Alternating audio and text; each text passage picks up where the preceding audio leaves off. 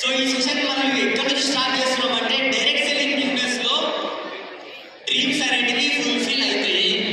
पर सबके सपने पूरे होंगे इसकी कोई गारंटी नहीं है। కానీ అందరి డ్రీమ్స్ ఫుల్ఫిల్ అవుతాయి అంటే దానికి గ్యారంటీ ఇవ్వలేదు. ये आपको तय करना है कि आपको अपने सपने पूरे करने हैं कि नहीं करने। ఇది మీరు డిసైడ్ చేసుకోవాలి మీ డ్రీమ్ ఫుల్ఫిల్ చేసుకోవాలా లేదా. क्योंकि बहुत सारे लोग आए, बहुत सारे लोग गए, ఎందుకంటే చాలా మంది వచ్చారు, చాలా మంది వెళ్ళిపోయారు.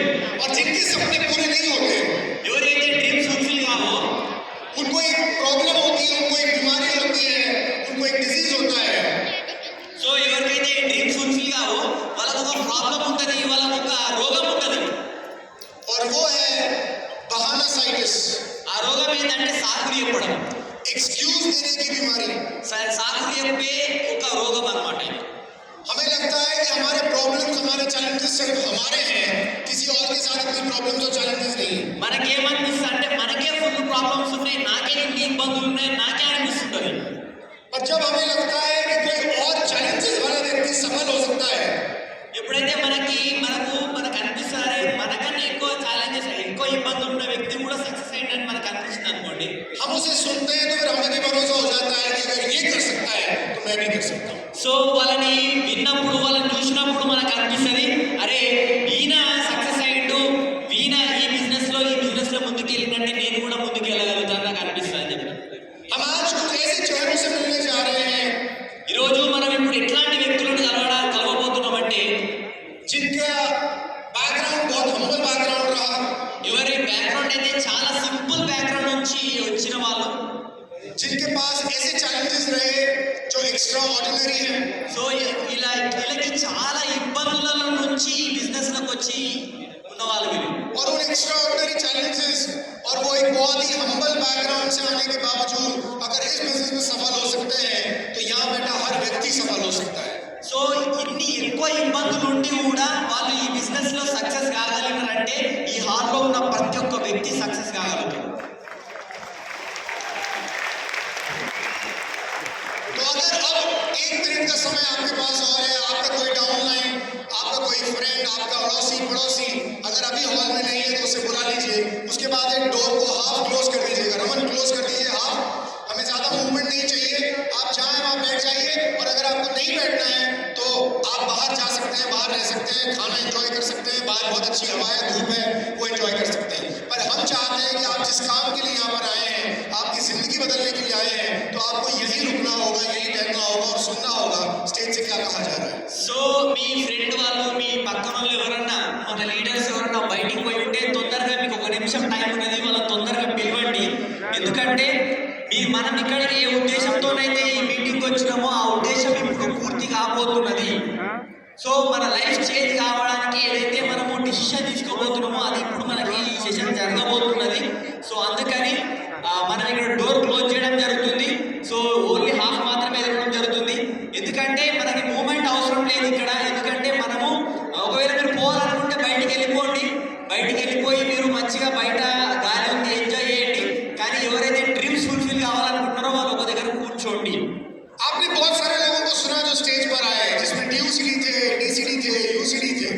సో మనము స్టేజ్ పైన చాలా మందిని చూసినాం ఇప్పటి వరకు. DUCDలో విన్నాము, UCDలో విన్నాము, చాలా మందిని ఆల్రెడీ లీడర్స్ ని విన్నాం మనం. पर अब आपके बीच में से हम कुछ ऐसे लोगों को बुला रहे हैं जिनको आपने कभी देखा नहीं है, जिनको आपने कभी सुना नहीं है। సో ఇప్పుడు మనం ఎలాంటి వ్యక్తులను స్టేజ్ పైన పిలుస్తున్నామంటే వాళ్ళు మీ పక్క నుంచే రావచ్చు, కానీ వాళ్ళను మీరు ఇప్పటి వరకు విని ఉండకపోవచ్చు, చూసి ఉండకపోవచ్చు. और आपके बीच में से वो चेहरे जब स्टेज पर आएंगे तो ऐसा नहीं है कि सिर्फ वही चेहरे सफल हैं। सफलता बहुत सारी है पर हमारी लिमिटेशन है, हम सिर्फ उन्हीं को बुला पा रहे हैं। సో మరి స్టేజ్ పైన గెలిచిన వాళ్ళే సక్సెస్ అయినారంటే కాదు, కానీ కొంత మనకి టైంకి లిమిటేషన్ ఉన్నది కాబట్టి మనం వాళ్ళని మాత్రమే కొంతమందిని తీసుకోగలిగాం. तो जब मैं उनके नाम अनाउंस करूंगा तो आपकी जोरदार तालियां चाहिए। आपकी तालियों के बीच में उनको बुलाने जा रहा हूं, फिर हम उनसे बात करेंगे, सुनेंगे, समझेंगे उन्होंने कैसे इस बिजनेस की शुरुआत करी और कैसे सफलता को प्राप्त की। సో వాళ్ళు పిలిచినప్పుడు మీ గ్రేట్ క్లాస్ కావాలి. సో వాళ్ళు స్టేజ్ పైన వాళ్ళు వస్తారు, వాళ్ళతో మనం మాట్లాడదాం, వాళ్ళ గురించి డిస్కస్ చేద్దాం. मिस कविता, मिस्टर यादगिरी, मिस समंता, मिस्टर समता, मिस्टर संदीप खिलाड़े और मिस्टर मोहम्मद अजीमुद्दीन।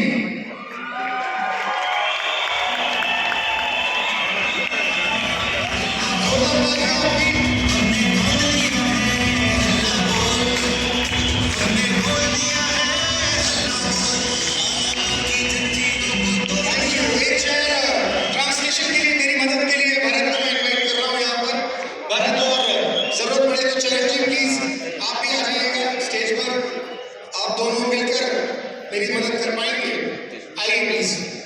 और एक एक्स्ट्रा माइक कंसोल से मैं रिक्वेस्ट करूंगा, एक मुझे माइक यहाँ पर एक्स्ट्रा और दे दें।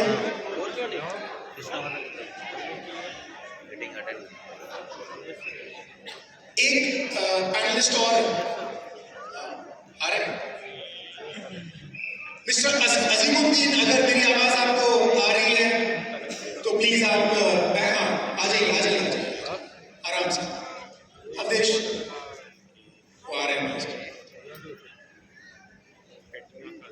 आप इन चेहरों को देख रहे हैं, शायद हो सकता है कि आपने इनको पहले कभी नहीं देखा, इन 3 दिनों में आप देख रहे हैं कि इनको क्यों स्टेज पर बुलाया गया है, वो हम जानेंगे समझेंगे। मूवमेंट ना हो, बहुत ज्यादा मूवमेंट देखने को मिल रही है इस बार फैन मूवमेंट में, मुझे नहीं पता क्यों, पर नुकसान उन्हीं लोगों का हो रहा है जो मूव कर रहे हैं। प्लीज मूव ना करें, अपनी जगह पर बैठ जाएं। मैं सबसे पहले यहाँ पर आ रहा हूँ मिस्टर यादगिरी जी को माइक दे दीजिए। मैं आपको बता दूं सबसे पहले rules of panel discussion. Rule ये है कि आपको एक लिमिटेड टाइम मिलेगा बोलने के लिए। మీకు తక్కువ టైం ఇవ్వడం జరుగుతుంది మాట్లాడడానికి। आपको अपनी अपलाइन का, गॉड का, पेरेंट्स का धन्यवाद नहीं करना है। हम उनको एक साथ धन्यवाद दे देते हैं आपकी तरफ से, गॉड को, अपलाइन को, पेरेंट्स को।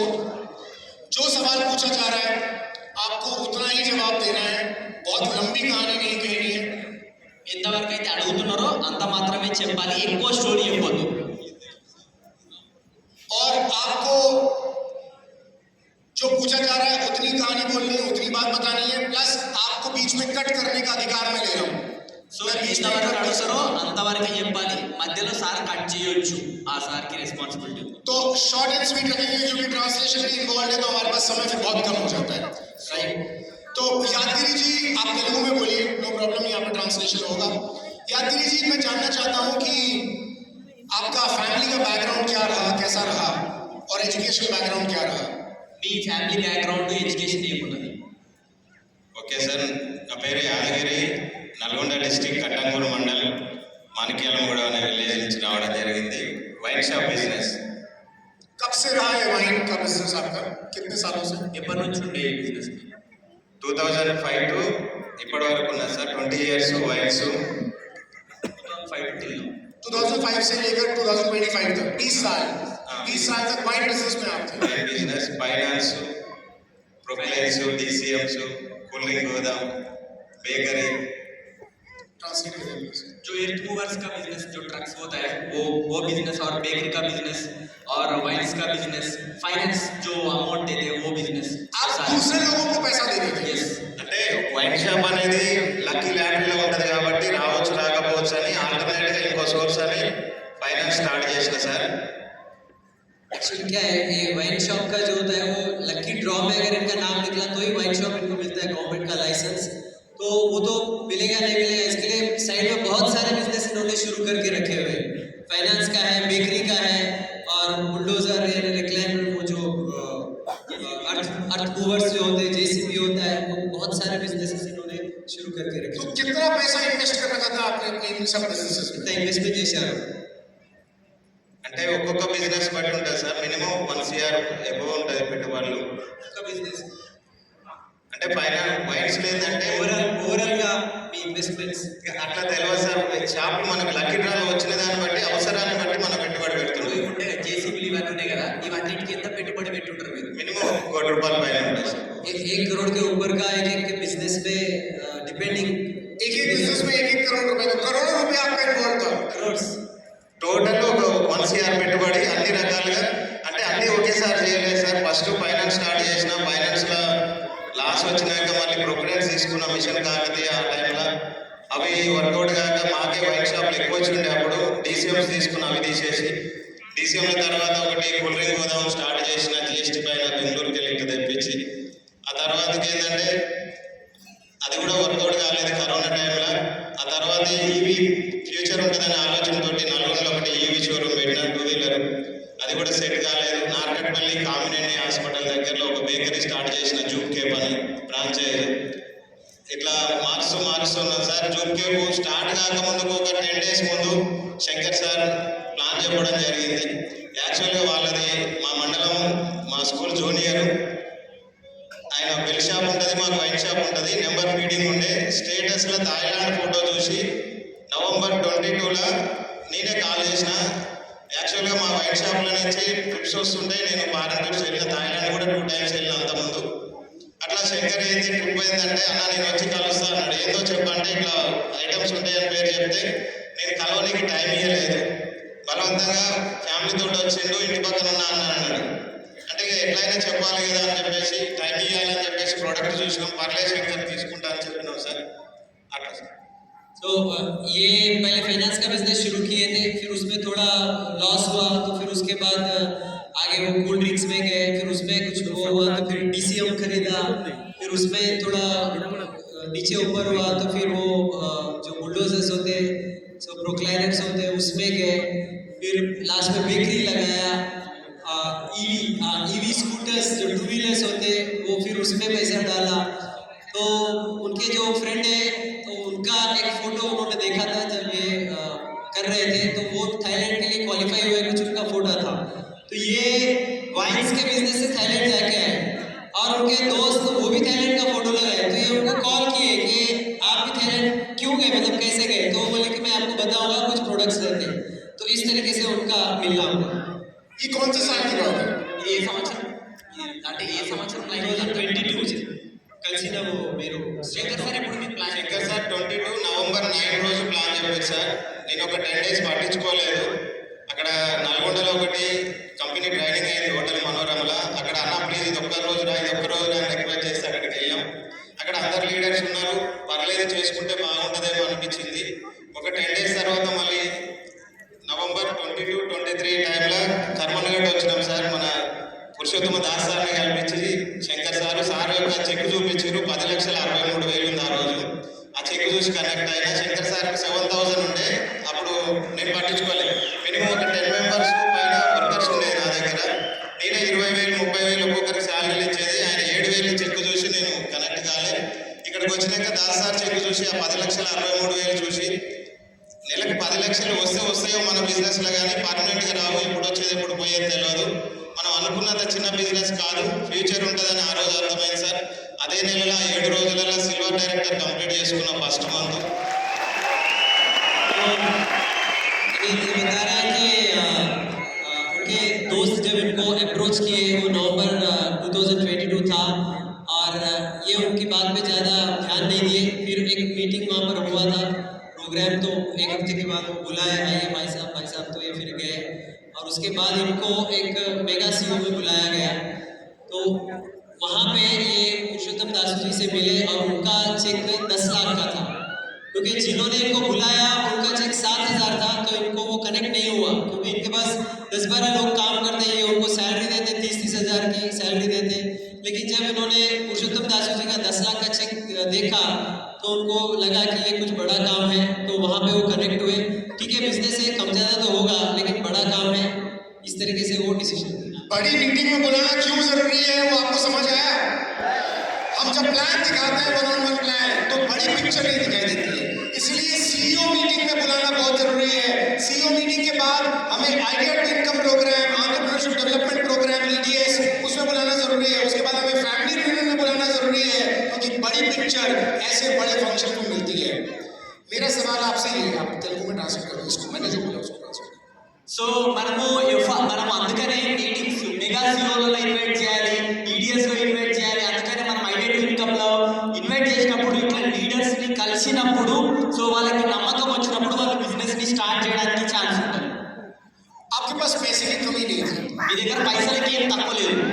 आप बड़े बड़े ఆ టైంలో ఆల్రెడీ ఇబ్బందులు స్టార్ట్ అయినాయి సార్. ఇబ్బందులు స్టార్ట్ అయినాయి. కరోనా టైంలో మా మేడం మిషన్ కుట్టుకుంటా అని చెప్పేసి స్కీమ్ ఉండే కదా సార్ గవర్నమెంట్ నుంచి. మిషన్ నేర్చుకుంటానే ఒక 1 మంత్ వెళ్ళింది. బ్యూటీ పార్లర్ నేర్చుకుంటాను 1 మంత్ వెళ్ళింది. అట్లా ఏదో ఒకటి చేసుకునే ఆలోచనలో ఉన్నాం. మొత్తానికైతే ఇబ్బందులు స్టార్ట్ అయినాయి. అట్లా बेसिकली कोरोना टाइम में इनका सिचुएशन खराब शुरू हो गया था, खराब होना शुरू हुआ.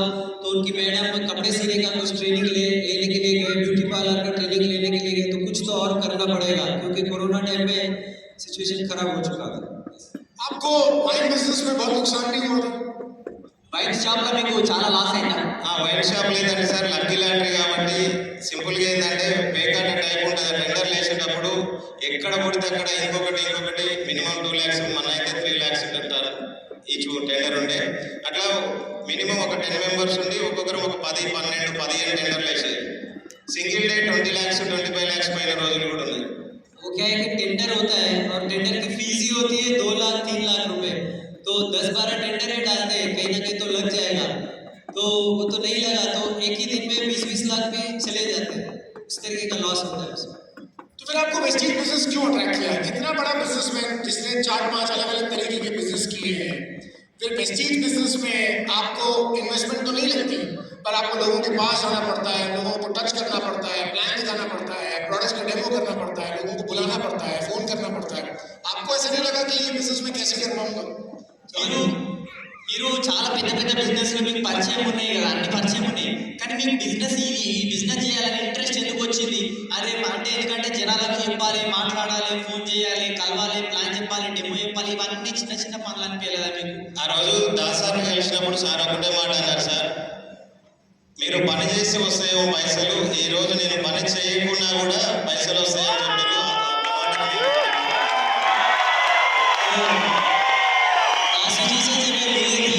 दासू जी से जब मिले थे तो दासू जी ने एक बात इनको बोली कि आप काम करते हैं तो आपको पैसा आता है, मैं काम नहीं भी किया तो भी मुझे पैसा आता है, वो मुझे बात बहुत अच्छी लगी, कनेक्ट हुई। पॉज। दासू जी ने स्पिरुलिना नहीं बताया था। దాసు సార్ నాకు సార్కి స్పిరులినా గురించి చెప్పలేదు. दासू जी ने ये नहीं बोला था घुटने ठीक करता हूं मैं।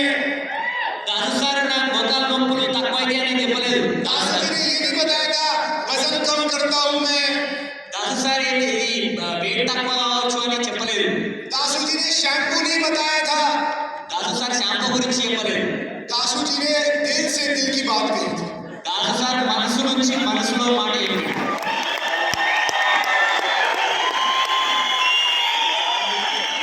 दासू जी ने इनको वहां पर हिट किया जहां पर दर्द होता है। దాసు సార్ ఎక్కడైతే కొట్టాలో పెయిన్ వస్తుందో అక్కడ కొట్టింది కాబట్టి ఈ రోజు సార్ ఇక్కడ ఉన్నారు. ఆ పెయిన్ఫుల్ పాయింట్ టచ్ చేసినందుకు సార్ అనిపించింది, అందుకనే బిజినెస్ లో ఉంది. अभी दर्द हुआ उसको।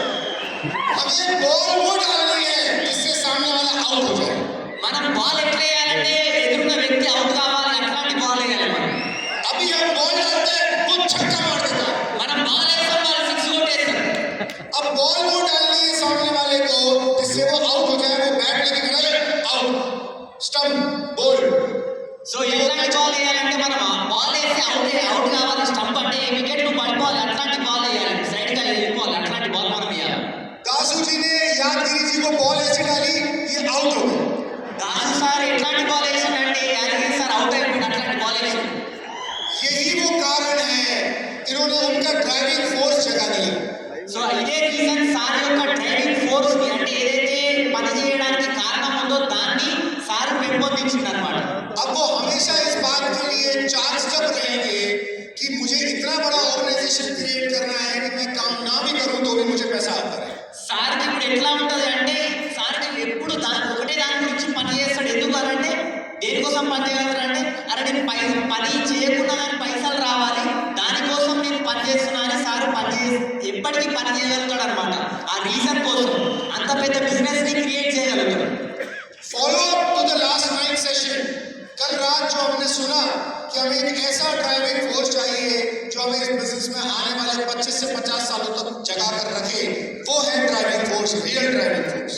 సో లాస్ట్ మనం రాత్రి విన్నాం కదా సెషన్, ఆ సెషన్ గుర్తు తెచ్చుకోండి. మనకు రీజన్ కావాలి, ఒక కారణం కావాలి. ఇప్పుడు నుంచి దాదాపు 25 నుంచి 50 సంవత్సరాల వరకు మనం ఈ బిజినెస్ లో ముందుకు తీసుకుపోయే ఏదైతే కారణం ఉందో ఆ కారణం మీకు కావాలి ఈ బిజినెస్ లో మీరు ముందుకు పోవడానికి. आपका लेवल क्या हो गया है यादगिरी जी? లెవెల్ యూసీడీ సార్ कितने टाइम में?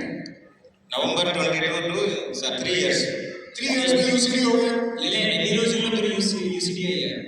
13 months సార్, 14 నెలలు, 13 నెలలకు రౌండ్ అయినా 14 నెలల UCD, 14 months. 14 months UCD. 13 months में क्राउन और 14 मंथ्स में यूसीडी। वाह। और चेक कितना हो गया है?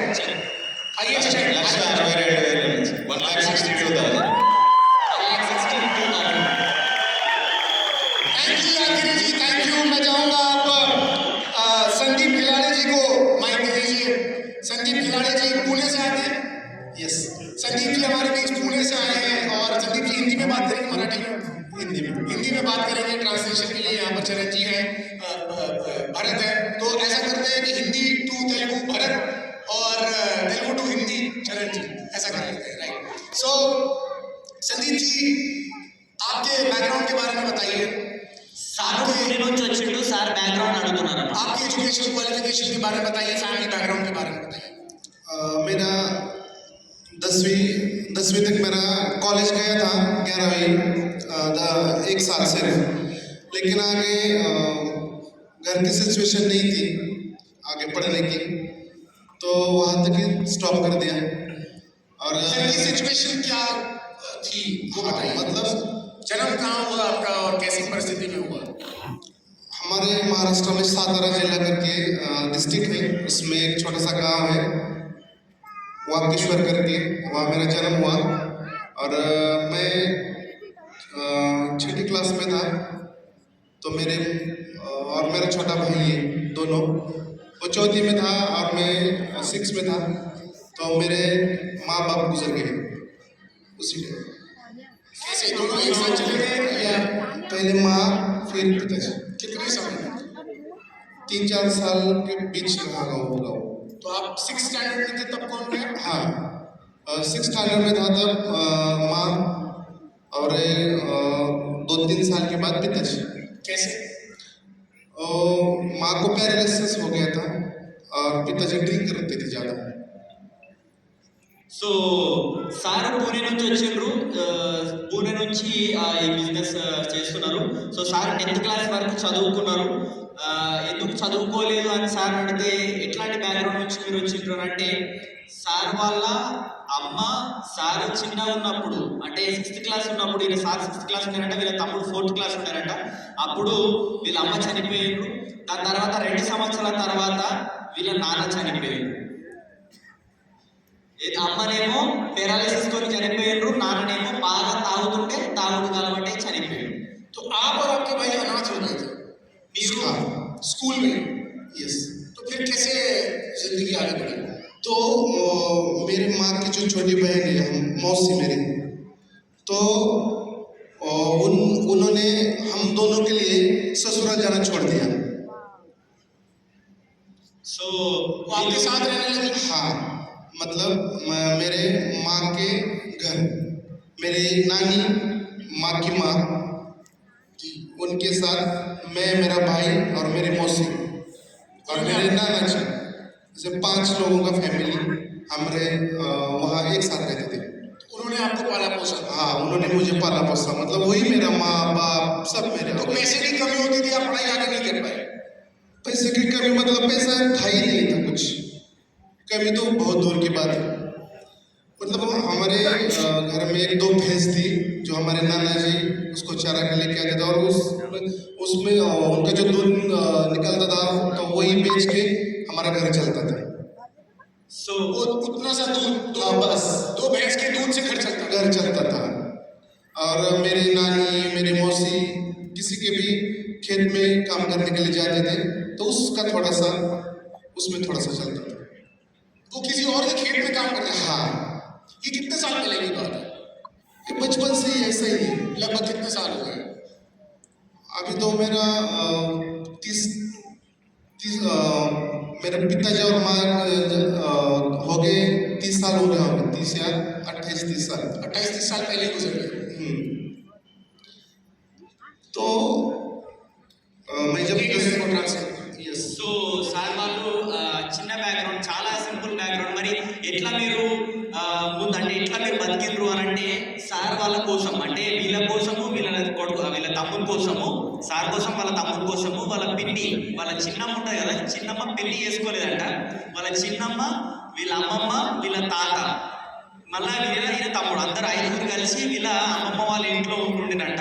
సో మరి ఎట్లా గడుస్తుండే జీవితం అంటే, వీళ్ళకు 2 బర్రెలు ఉండేనంట. సో ఆ బర్రెలు కాసుకుంటుండే.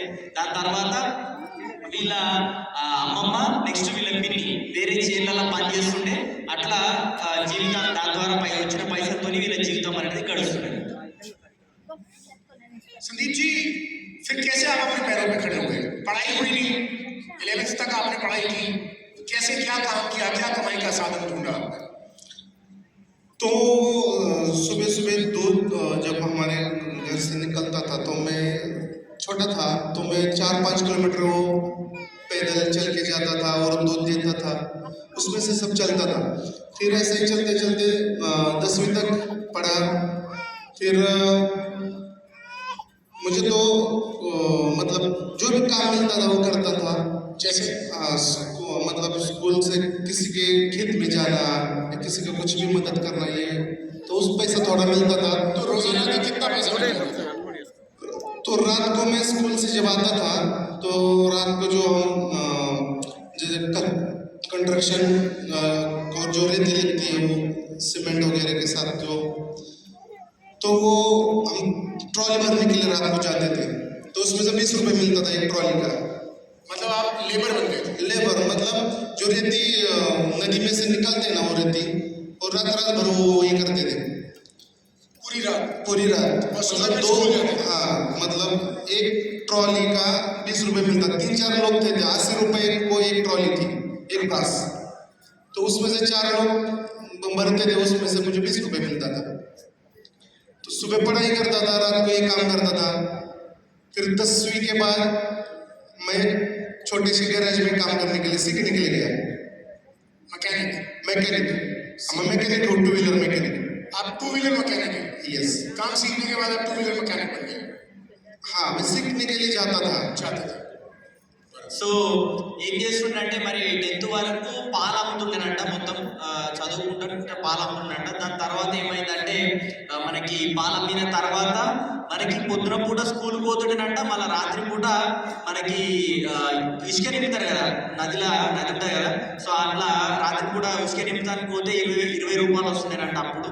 సో దాని తర్వాత మెల్లమెల్లగా బైక్ మెకానిక్ నేర్చుకున్నారంట. उसके बाद फिर क्या किया? मैकेनिक बनने के बाद कितना पैसा मिलता था? सुबह दूध दे के कॉलेज को जाता था 11वीं तक, सुबह 7 से 11:30 बजे तक। 11वीं के बाद पढ़ाई नहीं करी आपने? नहीं, तो 11:30 बजे मैं सुबह निकलता था, 6 बजे कॉलेज करके गैरेज में सीखने के लिए जाता था। रात को 8-9 बजे आता था। उसके बाद मैं वो रेती भरने के लिए जाता था। गैरेज में तो कुछ पैसा नहीं मिलता था, उस सीखने के लिए कुछ पैसा नहीं देते, सिर्फ सीखने का। उसके बाद आगे के सालों में क्या हुआ? उसके बाद मैं वो सीखते गया। छोटा भाई था, वो भी पढ़ रहा था, 10वीं तक पढ़ा। 10वीं के बाद उसको फौज में जाने का बहुत शौक था, तो वो बहुत मेहनत करता था। तो हमारा नसीब अच्छा है कि वो फौज में भर्ती हो गया। वो फिर मैं गैरेज में काम करता था, फिर मैं थोड़ा बड़े शोरूम में गया काम करने के लिए। तो उधर मुझे कंपनी का ट्रेनिंग वगैरह मिल गया। तो 2007 में मैंने पुणे शिरवल के यहाँ खुद का वर्कशॉप चालू कर दिया है 10x10 में। 10x10 में आपने खुद की एक मैकेनिक की शॉप चालू की, लेकिन वो शॉप चालू करने के लिए भी मेरे पास पैसे नहीं थे। तो मेरे नानी ने वो एक भैंस थी, वो जो बेची थी, उसका 7,000 रुपये आया था। वो पोस्ट ऑफिस में उसका FD किया था, तो वो भी FD कैंसिल करके वो 7,000 रुपये निकल के मैंने वो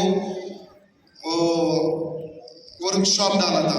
तो वो भी भंगर से किधर से जो भी मटेरियल मिलता था अच्छा वो निकल के उसमें से बनाया था। సో ఏం జరిగిందంటే సారు మెకానిక్ అట్లా మెల్లమెల్లగా మెకానిక్ అంటే ఇక 10 తర్వాత బంద్ చేసిండు. 10 తర్వాత చదవడం బంద్ చేసి ఏం చేసిండ్రంటే మనకి 11 గంటల దాకా పాలు అమ్ముతుంటే, పాలు అమ్మిన తర్వాత మళ్ళీ వేరే ఇంకొక కొంచెం పెద్ద మెకానిక్ షాప్కి పోయి ఆ పెద్ద మెకానిక్ షాప్లో పని చేస్తుండేనంట. సో దాని తర్వాత మెల్లమెల్లగా అట్లా మొత్తం నేర్చుకున్న తర్వాత 2007 సంవత్సరంలో సారు సొంతంగా మెకానిక్ షాప్ పెట్టినంట. అది కూడా ఎట్లా పెట్టిండంటే అవి పైసలు ఒక బర్రెని అమ్మేస్తే 7,000 రూపాయలు వచ్చినాయంట. అప్పుడు అమ్మేసిన పైసలతోని మళ్ళీ దాని తర్వాత సెకండ్ హ్యాండ్ సామాన్లు ఉంటాయి కదా, ఆ సామాన్లు అన్నిటితో కలిపేసి ఒక మనకి bike showroom bike mechanic shop పెట్టిండ్రంట, వర్క్షాప్. तो ये वर्कशॉप कितने साल तक चला और वेस्टेज बिजनेस आपको कौन से साल में मिला? वर्कशॉप मैंने 18 साल काम किया वर्कशॉप में, मतलब सीखने के लिए 5-6 साल गए। खुद काम करते थे आप? हाँ, सीखने के लिए 5-6 साल गए। और ऐसी सिचुएशन आई 2007 में, मुझे वर्कशॉप में डालना था, भाई भी फौज में भर्ती हो गया। लेकिन उस सिचुएशन ऐसी थी सर कि वो ट्रेनिंग के लिए जा रहा था और उस टाइम मेरे पास पैसे नहीं थे। और जिस एकेडमी में उसको सीखने के लिए भेजा था उधर 80,000 रुपये मुझे भरने थे उस टाइम।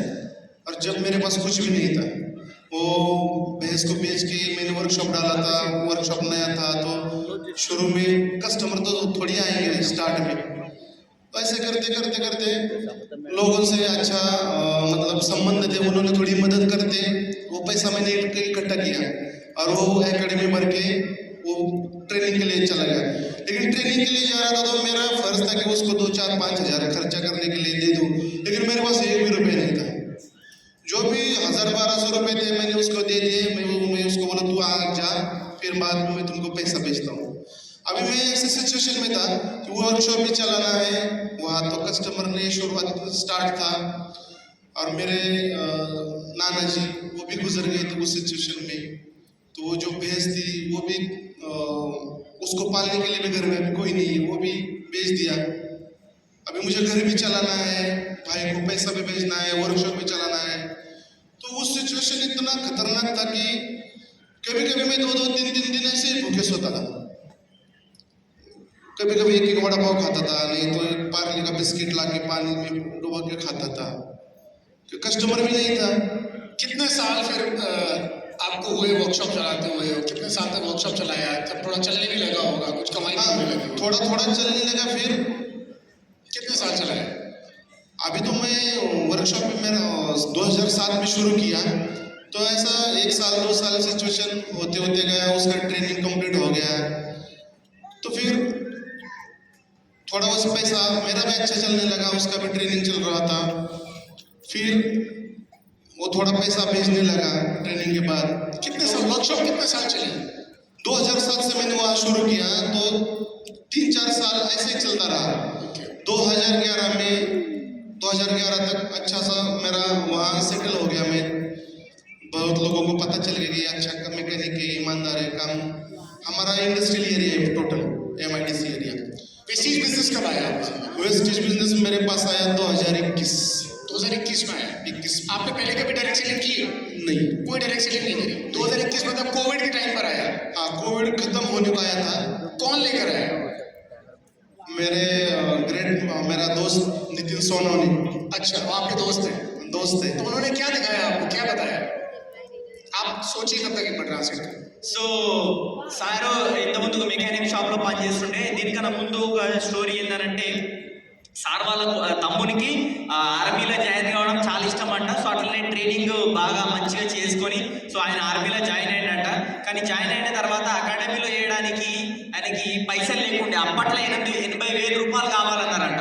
సో అప్పుడప్పుడే ఈయన బరే నమ్మేసి అది షాప్ పెట్టిండు. దాని తర్వాత ఈయన పైసలు పంపించాలని చాలా మంది ఇంకా మంచి మంచి ఫ్రెండ్స్ ఉన్నారు కాబట్టి ఇంకా వాళ్ళని రిక్వెస్ట్ చేస్తే వాళ్ళు పైసలు అరేంజ్ చేసిరట. సో అట్లా చేసిన తర్వాత ఈయనకు పైసలు ఇవ్వాలని అనిపించింది. ఖర్చులకు కానీ ₹1 కూడా లేవంట. కానీ అన్నిటి అరేంజ్ చేసి ఒక 1000-1200 వేసేసి వాళ్ళ తమ్ముని పంపించినట్ట. దాని తర్వాత వీళ్ళ తాత కూడా చనిపోయాడు. అప్పుడు ఆ బర్రెలను చూసుకోవడానికి కూడా ఎవరు లేరు. ఆ బర్రెలను కూడా అమ్మేసినట్ట. అమ్మేసిన తర్వాత మళ్ళీ ఇట్లనే ఇంకా మెల్లమెల్లగా ఒక 2-3 సంవత్సరాలు ఇట్లనే గడిచిందంట. జీవితం ఎంత కఠినంగా ఉంటేనంటే 3 రోజులు అన్నం తినకుండా వాడుకుంటుండేనట. పైసలు లేకుండేనట, అన్నం లేకుంటుండేనట. పార్లేజీ బిస్కెట్ నీళ్ళలో ముంచుకొని తిని గడిపిన రోజులు ఉన్నాయంట. వడపావు తిని గడిపిన రోజులు ఉన్నాయంట. అట్లాంటి సిచ్యువేషన్ నుంచి ఒక 3 సంవత్సరాల తర్వాత ఏమైందంటే కొంచెం వీళ్ళ తమ్ముడు కూడా కొన్ని పైసలు పంపించడం, ఈయన షాప్ కూడా కొంచెం మంచిగా నడవడం వల్ల కొంచెం బిజినెస్ ముందుకయ్యి కొంచెం అక్కడే మంచిగా సెటిల్ అయ్యిందంట. సెటిల్ అయిన తర్వాత వెస్టీజ్ బిజినెస్ 2021 వీళ్ళ అప్లైన్ ద్వారా రావడం జరిగింది సార్కి. नितिन जी ने क्या कहा फिर आपसे? नितिन जी मेरे पीछे 1 साल से लगे हुए थे कि आ जाओ, एक बिजनेस है अच्छा। तो मुझे पता था, हम दोनों क्रिकेट खेलते थे। मैं स्ट्राइक में खेलता था, वो नॉन स्ट्राइक में खेलते थे। और मुझे पता था रोज खेलने के बाद एक वड़ा में आधा खाते थे, इतना क्लोज थे। मेरे पीछे लगे होते 1 साल से, लेकिन मैं बोला मुझे नहीं करना है, क्योंकि रोज का 200 300 400 500 1000 रुपये मिलता था, तो वही मेरे दिमाग में था। लेकिन 1 साल के बाद जब उनका 10 लाख का गाड़ी आया बिजनेस से, तो उन्होंने कुछ नहीं किया है, मेरे वर्कशॉप में सिर्फ हॉर्न बजाया। और मुझे पता था उसके पास तो गाड़ी नहीं है और उसको बाइक भी नहीं चलाना था, सिर्फ वो लेडीज बाइक चलाते हैं। तो ये मैं बोला किसका गाड़ी, मैं सर्विसिंग कर रहा था गाड़ी का, उस पीछे से हॉर्न बजाया, मुझे लगा कोई और होगा, लेकिन वो बार बार हॉर्न बजा रहा था, मुझे थोड़ा गुस्सा आ गया। मैं बोला यार क्यों जोर से हॉर्न बजाओ। मैं उठ के देखा तो वो पीछे उन्होंने ग्लास नीचे लिया, तो मैंने देखा यार ये बोला किसका गाड़ी लेके आया तू। तो बोला मैं तेरे को 1 साल से बता रहा हूँ, उसी बिजनेस से आया। और नितिन जी ने हॉर्न दबाया। नितिन जी एक बार कहाँ है, खड़े हो जाइए, एक बार स्पॉटलाइट मारना। नितिन जी कहाँ है, हाथ खड़ा, पीछे पीछे पीछे है थोड़ा सा। अच्छा, अगर स्पॉटलाइट जा रही है, कैमरा जा रहा है तो दिखाने के बाद नितिन जी, नितिन जी उधर है, हाँ वो स्पॉटलाइट पे उधर। नितिन जी ने हॉर्न मारा और संजीव जी को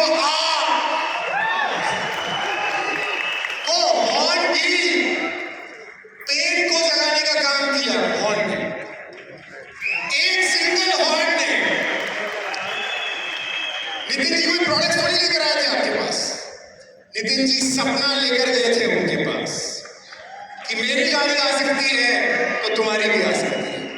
तो संजीव जी फिर आपने सीरियस हुए, आप प्लीज सर। సో సార్కి ఎట్లనే ఒక రోజు మెకానిక్ షాప్లో పనిచేస్తుంటుంటే వెస్టీజ్ గురించి ఎప్పుడు చెప్పిండంటే, వెస్టీజ్ గురించి ఎట్లా తెలిసిందంటే ఒక సంవత్సరం నుంచి నితిన్ సారు వెనకాల పడుతుంటారంటే, కానీ సార్ పట్టించుకోలేదండి. ఎందుకంటే ఆల్రెడీ మంచిగా పైసలు వస్తున్నాయి, 300 నుంచి 1000 రూపాయల దాకా దాని పైసలు వస్తున్నాయి.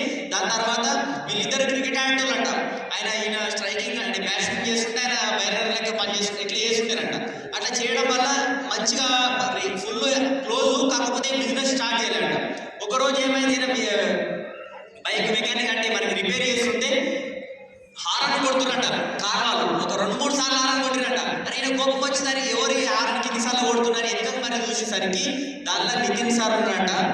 సో ఆ నితిన్ అడిగినట్ట ఎవరిది కారు, మరి నువ్వు ఈ కార్ వేసుకొని వచ్చిన వాళ్ళంటే ఇది సార్తో స్టోరీ చెప్తుండు. కానీ సార్ ఏం చెప్పిందంటే, చూడండి సార్ ప్రొడక్ట్ తీసుకొని పోలేదు, ఇంతకుముందు మనం మాట్లాడాం కదా, మీకు పెయిన్ఫుల్ డ్రీమ్ కావాలి, పెయిన్ఫుల్ అంటే గుచ్చుకున్నట్టు కావాలని ఆ హారన్ కూడా నేను గుచ్చుకున్నట్టు అని డ్రీమ్ ఓపెన్ అయ్యింది అని సార్ సో ఈ కారు ఎట్లా వచ్చింది అని అంటే, నీకు 1 సంవత్సరం నుంచి చెప్తున్నా కదా, నువ్వు వినలే కదా, ఆ బిజినెస్ నుంచి వచ్చిందని నితిన్ సార్ చెప్పినాడు. आपने भी 2021 में बिजनेस की शुरुआत की। असली कहानी तो थोड़ी आगे है। नहीं, थोड़ा सा शॉर्ट करना पड़ेगा, समय हमारे पास बहुत कम है, 2 मिनट हमारे पास है, 2 मिनट। तो उन्होंने मुझे वो गाड़ी का सेलिब्रेशन के लिए बुलाया। मुझे उस टाइम में उन पर भरोसा नहीं हुआ। मैं बोला किसी का लेके आया होगा मुझे बिजनेस में लाने के लिए, नाटक कर रहा होगा। तो उन्होंने मुझे बुलाया, तो मैं गया, तो उधर 100-150 लोग आए हुए थे। वो बहुत डांस भी कर रहे थे वो गाड़ी के सेलिब्रेशन में। तो मैंने सब देखा, मैकेनिक के कपड़े भी पर ही मैं उधर गया था। तो मैंने देखा, तो सब होने के बाद मैंने उसको बोला आप क्या करना है, बोले। मुझे भरोसा हो गया। तो वो बोला मैं तुम्हें सुबह बताता हूँ।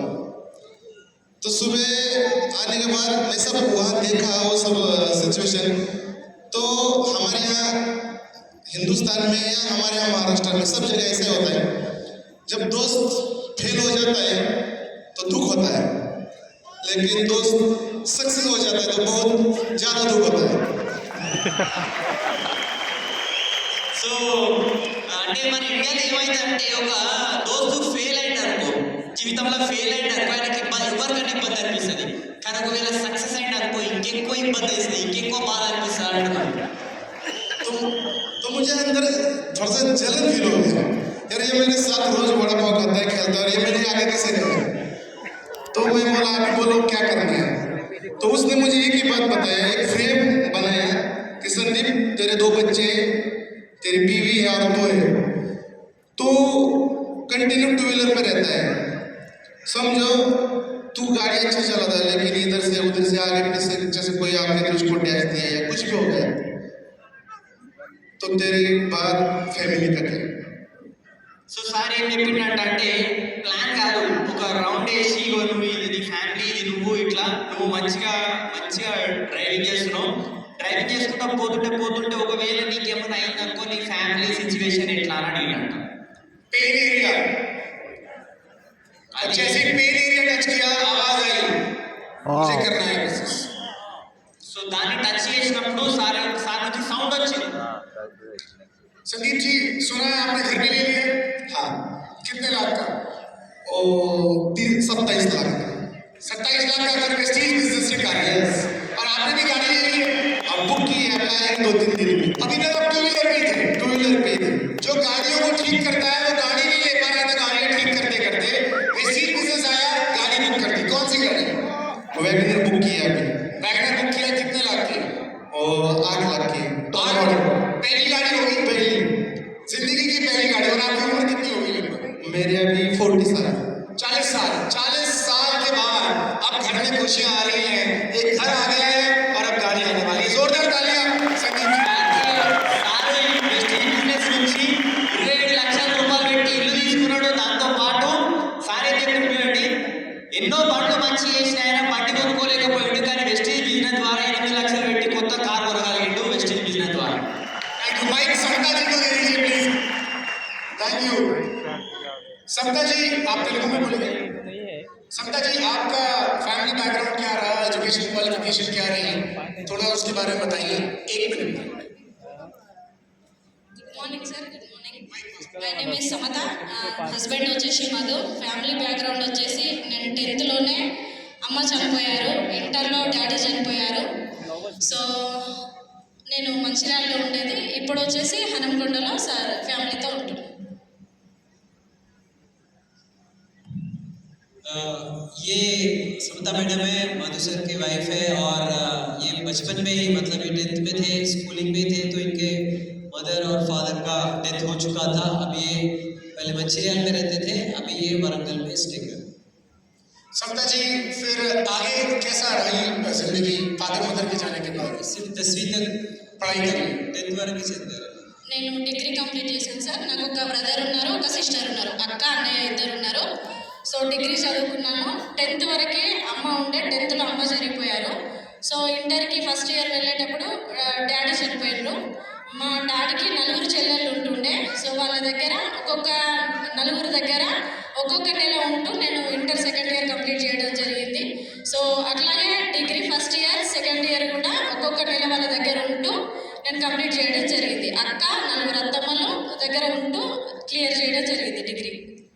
तो ये जब 10वीं में थे तो इनकी माँ का देहांत हो गया था, तो इनके फादर के 4 बहनें हैं, तो ये और इनकी बहन एक बुआ के पास मतलब आंटी के पास एक महीना रहते हुए इन्होंने अपनी पढ़ाई पूरी की, इंटरमीडिएट की 12वीं की। इस तरीके से इन्होंने अपनी पढ़ाई को पूरा किया। समता जी फिर आगे फिर शादी कब हुई? షాదీ 2016లో నాకు షాదీ పెళ్ళి అవడం జరిగింది సార్. 2016 మా డాడీ వాళ్ళ చెల్లెలు నేను చదువుకుంటున్న క్రమం లోపల సో మధు సార్కి పరిచయం చేసి నాకు 2016లో మ్యారేజ్ చేయడం జరిగింది. तो उनके बुआ जी ने ये रिश्ता लाया और वो रिश्ता पूरा हुआ और 2016 में इनकी शादी हुई। आपके पास वेस्टीज बिजनेस कब आया? నేను వెస్టీజ్ బిజినెస్కి వచ్చేసి సార్ 2024లో రావడం జరిగింది. నేను రావడానికి ప్రాబ్లం ఏంటి అంటే కనుక నేను 8th క్లాస్లో ఉన్నప్పుడు మా మదర్ కిడ్నీ ప్రాబ్లంతో సఫర్ అవుతుండే. సో అప్పుడు ఏంటంటే మాది చాలా ఆర్డినరీ ఫ్యామిలీ. మా డాడీ నేను పుట్టినప్పుడు యాక్సిడెంట్ అయింది మా డాడీకి. సో ఆయన ఏం పని చేయకపోతుండే. మా అమ్మ కూలి పనికి వెళ్ళేసి మా అక్కని అన్నయ్యని నన్ను ముగ్గురిని చదివిస్తుండే. మేమంతా కూడా గవర్నమెంట్ స్కూల్లోనే స్టడీ కంప్లీట్ అవ్వడం జరిగింది. సో టైం బాగలేక అమ్మకు నేను 8th క్లాస్లో ఉన్నప్పుడు 2 కిడ్నీస్ కూడా ఫెయిల్ అయిపోయినాయి. మాకు అప్పుడు అవగాహన కూడా మాకు ఏం లేకుండే.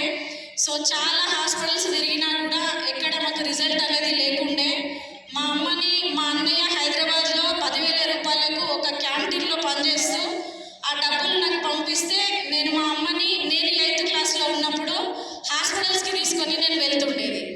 సో వెళ్ళే క్రమంలోపు మాకు తినడానికి కూడా ఫుడ్ సరిగ్గా లేకపోతుండే. ఆ టైంలో మా అమ్మ ఆ కిడ్నీ ప్రాబ్లంతో సఫర్ అవుతుంటే కనీసం 100 రూపాయలు పెట్టి మెడిసిన్ తెద్దామన్నా కూడా మా దగ్గర డబ్బులు లేని పరిస్థితి ఉంటుండే. సో ఆ క్రమం నుండి తను నేను 10th క్లాస్ రాగానే చనిపోవడం జరిగింది. అప్పుడు ఏంటంటే మా అన్నయ్య డబ్బులు తెస్తే కానీ మా ఫ్యామిలీ గడవలేని పరిస్థితి. సో అప్పుడు నేను మా టీచర్స్తో ఒక ఒప్పందం చేసుకొని మాట్లాడుకున్న మా టీచర్స్తో ఏంటంటే నేను స్కూల్కి రాను, పార్ట్ టైంగా నేను ఏదైనా జాబ్ చేయాలి, మా అమ్మకి మెడిసిన్స్ కావాలి, సో నేను చదువుకుంటే మా అమ్మ చనిపోతుంది అని చెప్పడం జరిగింది. సో ఆ టైంలో నేను పని చేస్తూ మా అన్నయ్య పని చేస్తూ ఇద్దరం కలిసి మా అమ్మని కాపాడుకోవడానికి మేము వెళ్తూ ఉండేది. కానీ బ్యాడ్లక్ ఏంటి అంటే మా అమ్మ చనిపోవడం జరిగింది. అప్పుడు ఒకటే నాకు చాలా బాధ అనిపించేది ఏంటంటే ఆమెకి హోటల్లో నుంచి టిఫిన్ తెద్దామంటే హాస్పిటల్ నుంచి డయాలసిస్కి వెళ్తే 100 రూపాయలు కూడా పర్సులో ఇంటికి రిటర్న్ రాకపోతుండే. ఆమె నన్ను ఛాయ్ తాగి మళ్ళీ నాకు ఛాయ్ తీసుకురా బిడ్డ అని ఆమె చెప్తే నేను కిందికి వెళ్ళి మొహం కడుక్కొని వాటర్ తాగి అమ్మ నేను ఛాయ్ తాగినా అని చెప్పేసి ఆ 10 రూపాయలతో మా అమ్మకి ఛాయ్ తీసుకొని వచ్చి ఇచ్చేదాన్ని సార్. तो एक्चुअली ये जब बचपन की बात है, इनके फादर का कुछ एक्सीडेंट हो गया था तो वो काम नहीं कर पा रहे थे, तो उनकी माँ ही काम करती थी और उनको भी किडनी का प्रॉब्लम हो गया था. ये 8वीं में थे. फिर इनका भाई सिटी में जाकर एक कैंटीन में काम करते थे और वहाँ से वो पैसे भेजते थे. और ये 8th क्लास में थी, 8वीं कक्षा में, और 8th क्लास में ये अपनी माँ को डायलिसिस के लिए हॉस्पिटल्स लेके जाती थी.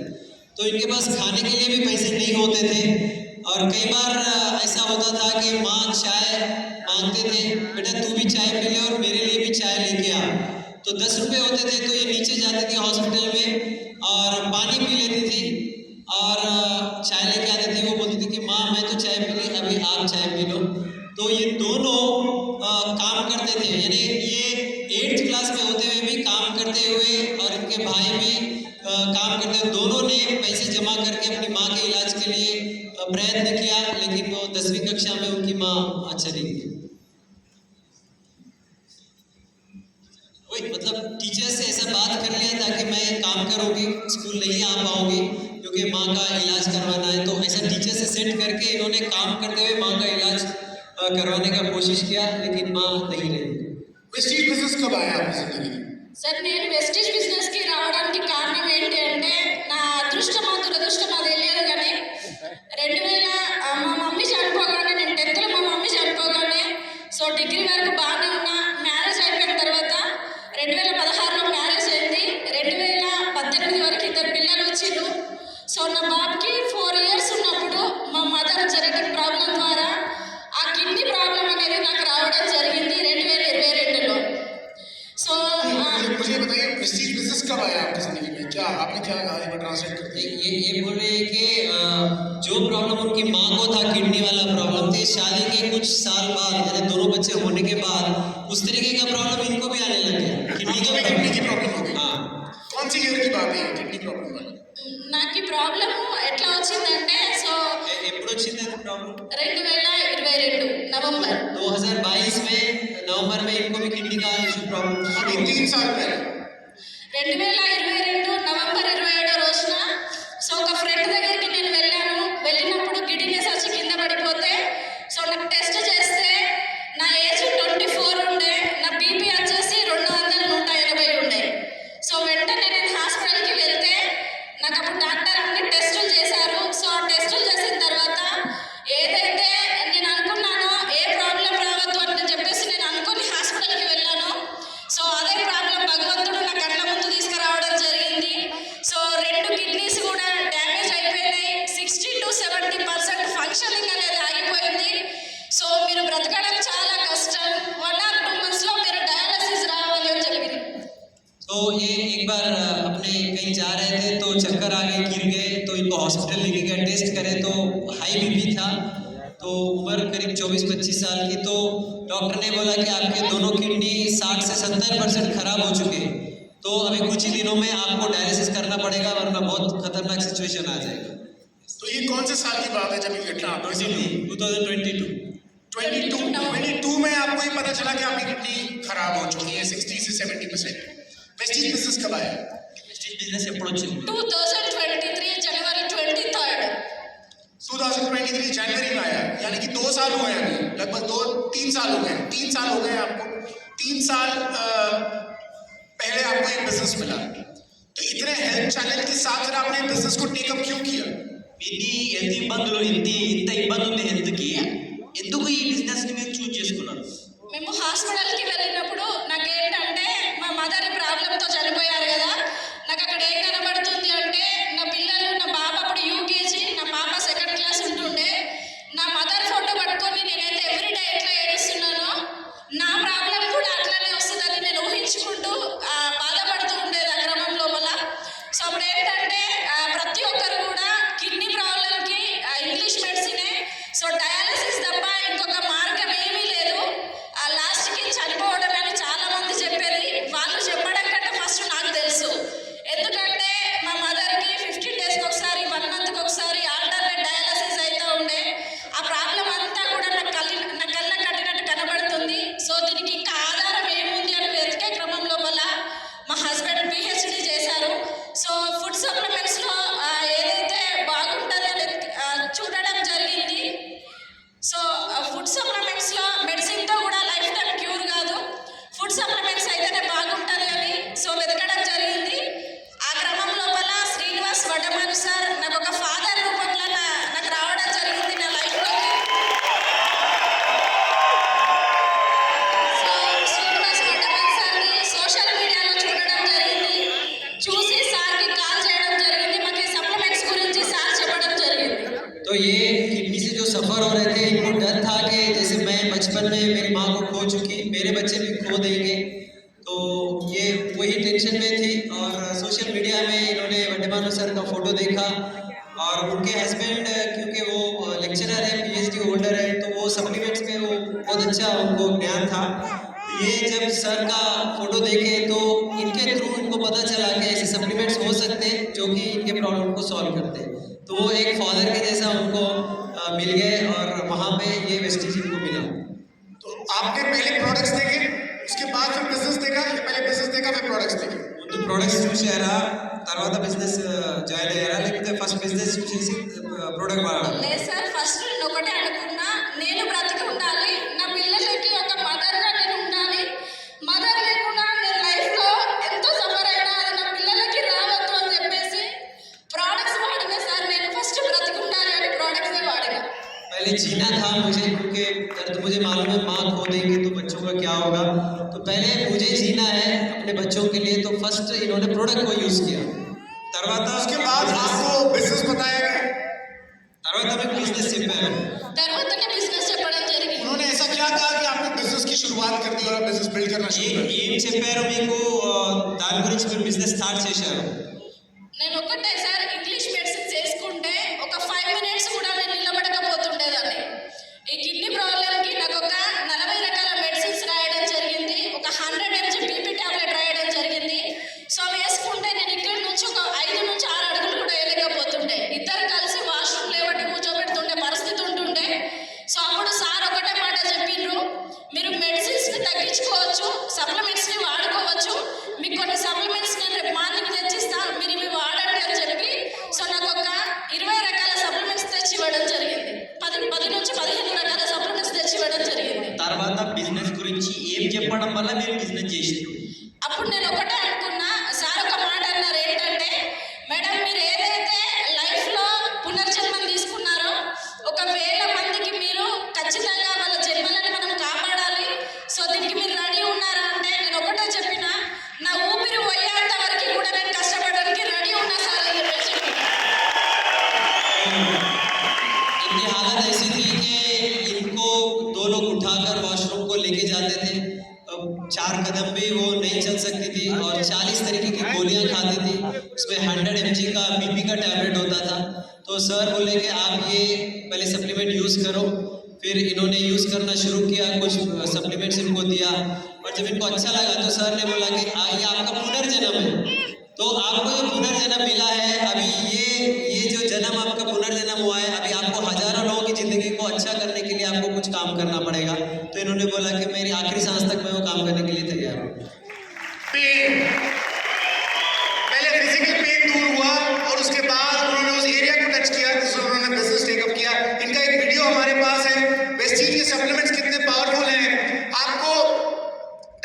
जरूरत पड़ी थी? डायलिसिस करवाया आपने? మీరు డయాలసిస్ చేయించుకోవాల్సి వచ్చిందా? రాలేదు సార్. అంటే డాక్టర్స్ ఒక 2 నెలలలో డయాలసిస్కి 1 మంత్లో రమ్మని చెప్పిండ్రు. బట్ నేను అప్పుడే సప్లిమెంట్స్ వాడినా. ఎవరికి కూడా మేము వాడేటప్పుడు చెప్పలేదు. థ్యాంక్స్ టు మై హస్బెండ్ అండి. సో ఎందుకంటే నాన్న లేకపోయినా కూడా నాన్నలాగా పట్టుకొని నన్ను చావంచుల వరకు వెళ్ళినా సో నన్ను ఈరోజు తీసుకొచ్చి ఇక్కడ నిల్చోబెట్టారు. సో డయాలసిస్ వరకు వెళ్ళే పరిస్థితి రాకుండా నన్ను కాపాడుకోగలిగారు. तो डायलिसिस की ज़रूरत नहीं पड़ी क्योंकि उनके हस्बैंड को थोड़ा नॉलेज है, तो उनकी वजह से सप्लीमेंट्स को यूज़ करते हुए इन्होंने अपने आप को ठीक किया। 3 साल में आपने इतना बड़ा बिजनेस कैसे कर लिया? 3 సంవత్సరాలలో మీరు ఇంత పెద్ద బిజినెస్ ఎట్లా చేయగలిగారు? నేను ఒకటే డిసైడ్ అయినా సార్. ఏంటంటే ఫస్ట్ ఆఫ్ ఆల్ నా పిల్లలకి మదర్ లేకుండా ఉండదు. ఒకవేళ నేను పోయే రోజు వస్తే నా పిల్లలు నా కోసం ఏడవకుండా రోజు ఉండాలి, ఏడవకుండా తలుచుకునే రోజు ఉండాలి అని చెప్పి డిసైడ్ అయినా. సో నేను ఏదైతే మంచిగా అయినో నా వల్ల వేల మంది లక్షల మంది బాగుండాలి అని చెప్పేసి స్ట్రాంగ్గా డిసైడ్ అయ్యి బిజినెస్ చేయడం స్టార్ట్ చేసిన. సో ఒక రోజుకి నేను ఒకటే డిసైడ్ అయినా. నేను ఫస్ట్ సార్ ఒక మాట అన్నారు, మీరు డిసైడ్ అయితే కనుక ఖచ్చితంగా మీ లైఫ్ని ఒక యూటర్న్ తీసుకోవచ్చు. సో మీరు డిసైడ్ అయినా అంటే 100% రెడీ ఉన్నాం సార్ అని చెప్పిన. సో అప్పుడు నేను అనుకున్నా చాలా सत्ता जी थोड़ा सा शॉर्ट में बोलिए क्योंकि हमारे पास टाइम नहीं है। Okay sir. ये वीडियो एक बार प्ले कर रहे हैं, इनका सप्लीमेंट्स लेते हुए वीडियो आया है, दासू जी ने हमें बताया अभी, प्ले कीजिए प्लीज। आप जब तक translate good morning leaders, my name is Samata. So ఇప్పుడు నేను వెస్టేజ్ క్యాప్సూల్స్ అనేది తీసుకున్నానండి. ఒక 10 రకాల క్యాప్సూల్స్ అయితే నా చేతిలో ఉన్నాయి. నేను ఈ వీడియో తీస్తున్నా ఎందుకనంటే ఒక సప్లిమెంట్ మనం ఎవరికైనా పేషెంట్ వాళ్ళకి ఇచ్చినప్పుడు ఒక 3 రకాల క్యాప్సూల్స్ ఇస్తే ఒకటేసారి వేసుకోవాలని భయపడతా ఉన్నారు. సో ఇవన్నీ కూడా ఫుడ్ సప్లిమెంట్స్ అండి. ఇవన్నీ ఒకసారి వేసుకున్నా కూడా ఏం కాదు. సో మీరు చూస్తూ ఉండండి, ఇప్పుడు నేను వేసుకుంటాను.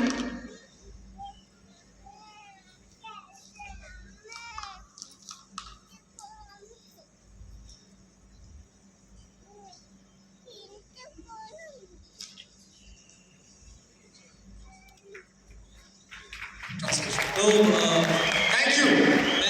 मैडम ये बता रही थी कि अगर मैं मेरी माँ को खो चुकी हूँ, अगर मुझे कुछ हो गया तो मेरे बच्चों का क्या होगा, ये पेन था उनका, तो मैं पहले अच्छी हो जाऊंगी। और ये बिजनेस इसलिए उन्होंने बहुत फास्ट किया क्योंकि मैं जो मिस कर रही थी पैसा वो यहाँ पे मिलेगा। दूसरा, अगर मुझे कुछ हो भी गया तो मेरे बच्चों को अच्छा लाइफ तो रहेगा। और अगर मैं अच्छी ही रह जाऊंगी लेकिन मैं हजारों लोगों को अच्छी लाइफ दे सकती हूँ, ये उनका पेन एरिया था और ये सोचकर इन्होंने फास्ट काम किया। प्रोडक्ट से पहले पेन ये था कि बिजनेस इतना बड़ा बना दें क्योंकि जो जिंदगी हमने जी है ऐसी जिंदगी बच्चों को ना मिले, क्योंकि जो प्रॉब्लम माँ को थी वो उनको हो गई थी। अब ऐसा अगर यदि उनके साथ हो जाएगा जैसा माँ के साथ हुआ था तो उनके बच्चे तो कम से कम अच्छी जिंदगी जिएंगे। आपका हाईएस्ट चेक कितना है? హైయెస్ట్ చెక్ ఎంత? 2,77,000.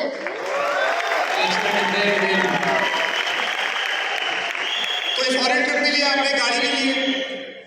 సో ఈ బిజినెస్ నుంచి నేనే ఈ ప్రపంచానికి దూరం అయితే అనుకున్నా. కానీ ఈ ఆపర్చునిటీ స్టార్ట్ చేసినాక సంవత్సరానికి సో యూసిడి అదేవిధంగా టీసీడీ 2 సంవత్సరాలు నేను స్టార్ట్ చేసి ఇది 3వ ఎఫ్ఆర్యూ. ఫస్ట్ ఎఫ్ఆర్యూ బ్రాంజ్, సెకండ్ ఎఫ్ఆర్యూ యూసిడి, ఇది 3rd ఎఫ్ఆర్యూ అండి. యూసిడిగా ఇక్కడ కూర్చున్న 3 లక్షల ఇన్కమ్తో. అదేవిధంగా ఈ బిజినెస్ నుంచి నేనే ప్రపంచానికి దూరం అయితే అనుకున్నా. 15 లక్షల కార్ తీసుకున్నా, 1,10,000 బండి తీసుకున్నా. అదే బండి మీద ప్లాంట్స్కి వెళ్తూ పర్ డే 10 నుంచి 15 ప్లాంట్స్ చేస్తూ 50 కిలోమీటర్లు నేను బైక్ మీద డ్రైవ్ చేసుకుంటూ ప్లాంట్స్కి వెళ్తున్నా ఈరోజు. ये अभी 3 साल हो गए। पहले जब आए थे ब्रॉन्ज थे, फिर यूसीडी हुए और फिर डीसीडी बन गए। और कार लिया इन्होंने 14 लाख की नेक्सॉन कार लिया, फिर 2 व्हीलर लिया। आज ये प्लान दिखाने के लिए 50-50 किलोमीटर जाते हैं और 10 से 15 प्लान रोज दिखाते हैं। 3 लाख का करीब का इनका महीने का चेक। जोरदार तालियां समता जी के लिए। थैंक यू समता जी। अजीमुद्दीन जी को माइक पास कर दीजिए। अजीमुद्दीन जी को माइक पास कर दीजिए। आप देख रहे हैं रियल विमेन एम्पावरमेंट यहाँ हो रहा है और हम अजीमुद्दीन जी के पास हैं। आप अजीमुद्दीन जी, आपके बैकग्राउंड के बारे में थोड़ा सा बताइए। यस, मेरा नाम अजीमुद्दीन है। आप हिंदी में बोलेंगे? हाँ, हिंदी में बोलता हूँ, तेलुगु में बोलता हूँ। अच्छा दोनों बोल सकते हैं आप हाँ तो प्लीज आप हिंदी में बोले ताकि हमारे पास समय थोड़ा कम है तेलुगु में ट्रांसलेट हो जाए ठीक है सर। हाँ मेरा नाम अजीमुद्दीन है और मैं रेकॉर्ड मॉडल जिंदगी से हूँ, छोटा सा खेड़ा हूँ मैं, एक 800 पुली का। और मैं ज़राअत करते करते कुछ बहुत सारे ज़मीन को फॉल कर डालेगा था, उसमें थोड़ा बहुत लाश आया। लाश आने से क्या हुआ, वहाँ से शराब पीना शुरू कर देता शराब। अब वो कैसा रहता मालूम है, शराब पिए बाद पूरा नेगेटिव थाट पूरा घुस जाता था। घर वालों को कुछ केयरलेस, मेरी फैमिली पूरी है मीटिंग में। जैसा कि मैं गोकराउंड दिल्ली को अटेंड करा, ये बिजनेस करना है, बिजनेस में टिकना है, सीखना है, मालूमात करना है, टिकना है। मैं थोड़ा सा बैकग्राउंड के बारे में आपके जानना चाहता हूँ। आप गांव में रहते थे, जमीनों में कुछ लॉस हुआ, आपने पीना शुरू कर दिया। शीना कितना पीते थे? फुल बाटल एक होता था सब डेली। సారు కౌలు పట్టుకొని చేస్తుండే, కౌలు చేస్తుండే. సో కౌలు చేస్తుంటే వ్యవసాయం కౌలు చేస్తుండే చాలా లాస్ అయింది. లాస్ అవడం వల్ల ఏమైందంటే ఇంకా మందుకి బానిస అయిపోయాడు. ఎంత మందికి బానిస అయ్యాడంటే రోజుకో ఫుల్ బాటిల్ తాగుతున్నాడు, ఎక్కువనే తాగుతున్నాడు. సో అట్లా ఫ్యామిలీ కూడా కేర్లెస్ అంటే పట్టించుకోకపోతుండేనంట. దాని తర్వాత ఢిల్లీ గోపురం పోయాడు. आप कुछ कमाते नहीं थे पैसा? कमाता था लेकिन पीता था और साथियाँ रहते थे ना। अजीम भाई कहाँ है, किधर एक एकड़ ना हो, अजीम भाई वसुंधरा तालगाम, वैसी दोस्तानी थी। और इसके अंदर जिरात भी करता था ना और मजरी भी करता था। उसके अंदर मजरी 200-300 की मजरी जाता था। मजदूरी करते थे आप? हाँ। 200-300 रुपए कमाते थे? मजरी 2 दिन। परिवार यहाँ पर बैठा हुआ है? हाँ परिवार है सब। तो उनको मारते भी थे? मार तो नहीं था, मारा नहीं? नहीं मार होता, लेकिन केरलेस क्योंकि उनकी देखभाल नहीं थी मेरी। वो मेरी वाइफ है और बहुत क्यों बोलते परिवार को लेके चलते थे। 3 बच्चे थे मेरे, 2 बेटी 1 बेटा, उन्होंने देखते चलते थे। अब मैं फुल पी के ढलते ढुलते घर को आता था। पापा नको पियो बोल के बच्चे बोलते थे, आए बाहर। हर एफआर में भी अटेंड करा हूँ मैं, ये गोकराउंड दिल्ली में अटेंड करने से हर एफआर में भी। अब 17 साल की बच्ची है, ये एफआर में है। अब मेरा ड्रीम बहुत बड़ा है, उनको लेके चलना मुझे। సారు ఇంత ముందుకు అంటే ఇట్లనే బాగా తాగుడికి బానిస అయ్యి ఇంటికి వస్తుండేనంట. సో అసలు ఫ్యామిలీని పట్టించుకోకపోతుండేనంట. సో ఇట్లనే అసలు వాళ్ళ మేడమే వాళ్ళ పిల్లల్ని చూసుకుంటుండేనంట. సో వాళ్ళ పిల్లలు అంటుండే కాకపోతే తాగకని, కానీ అసలు పట్టించుకోకపోతుండేనంట. Yes, sir. और इसके बीच बीच में ऑटो ला लिया। ऑटो ले तो अभी कैसा रहा लाइफ मालूम है। ये विंडिंग टीम की सबमिशन में बहुत बदल गया। मैं तो सुनने की बात है सर, ऑटो लाने से पूरा अभी 1 नंबर लंगा, क्या बोलते हैं 1 नंबर लंगा बोलते ना। कोई तो भी लड़े तो भी हम बीच में इन वालों के गिप मार रहे हैं। मतलब ये बोल रहे हैं कि मैं ऑटो चलाता था और उसमें भी सबसे बदमाश, यानी कोई 2 लड़ रहे तो ये तीसरा जाके उसको ही मार के आता था। दोनों को मारना, दोनों को ये जाके मार के आता था। बीवी और झगड़ा करे तो उसके अंदर उनको भी मारना है। तो हस्बैंड वाइफ लड़ रहे तो ये बीच में जाके दोनों को मार के आता था। मतलब इस तरीके तो का दादागिरी। सलीम सर आए प्लान लेके, ये प्रोडक्ट लेके, ऐसे बहुत देखा मैं। ये सामान जो पैसे ले जो 1 साल बिजनेस चूज नहीं करा। सलीम भाई को तो नहीं मारा?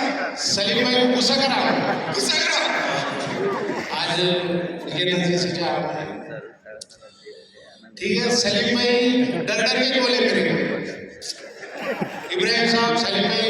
तो इब्राहिम साहब के जो रिलेटिव है उन्होंने, इब्राहिम साहब के पापा, उन्होंने बैठ के डालते थे, तुम बच्चे लोग हैं बाजू जाओ बोल के बोला सलीम भाई को। मैं कितने बार इब्राहिम साहब को और सलीम साहब को, तुम बच्चे लोग हैं बाजू जाओ, हमारा एक सेपरेट काम चल रहा है बोल दो ना। ऐसा बोला सलीम भाई भी नहीं है। आज उनका एक हादसा हुआ रात में नाम है। ये 3 दिन के एफआरयू में रोज के 2 घंटे नहीं नीचे मेरे लिए, लेकिन एफआरयू में टिक रहा हूँ। ये 3 दिन के एफआरयू में रोज के 2 ही घंटे नहीं थे। टीम भी है, हैंडलिंग करना पड़ता 100 आदमी की टीम में। सलीम भाई ने ऐसा क्या कहा आपको कि आपको लगा कि बिजनेस करने जैसा चाहिए? आपका इस बैकग्राउंड को देखते हुए। हाँ, सलीम भाई कुछ बिजनेस के बारे में नहीं बताया, एग्रीकल्चर का प्रोडक्ट है, इस्तेमाल करो, फसल अच्छी होती है बोले। तो वो एग्रीकल्चर का प्रोडक्ट में इस्तेमाल करते करते फसल अच्छी हो रही थी, बहुत भारी फसल दे रही थी। तो छोटे छोटे वीडियो बन रहे थे, फसल अच्छी हो रही थी, ठीक है। एक मीटिंग में बोला सर, एस पी वाले सर ने हमें सत्य साई निगम में ये टेम्पो के जैसा घुस जाना काम बोले, वहाँ बोले टेम्पो का ये बता रहे तो कहाँ घुस गए, तो कौन खामिल बैठता, मैं घुस जा रहा हूँ, मार रहा हूँ। ये नहीं होता। प्रोडक्ट इस्तेमाल करने से लाखों के रुपये कौन देता, पागल है क्या इब्राहिम साहब, तुम पागल बने बोल के सब लोगों को पागल बना। हाँ, पागल बनना पड़ता है, प्रोडक्ट अलग है।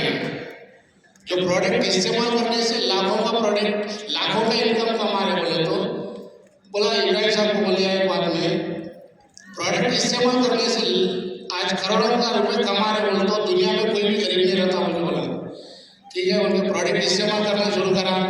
मेरे बच्चे बोले पापा ये वेस्टीज का प्रोडक्ट अच्छा है, यही ला ले बोले। मेरे को 100 किलोमीटर दूर है स्टोर, 100 किलोमीटर दूर रहे तो वहाँ से ला के घर में देना, प्रोडक्ट इस्तेमाल करना।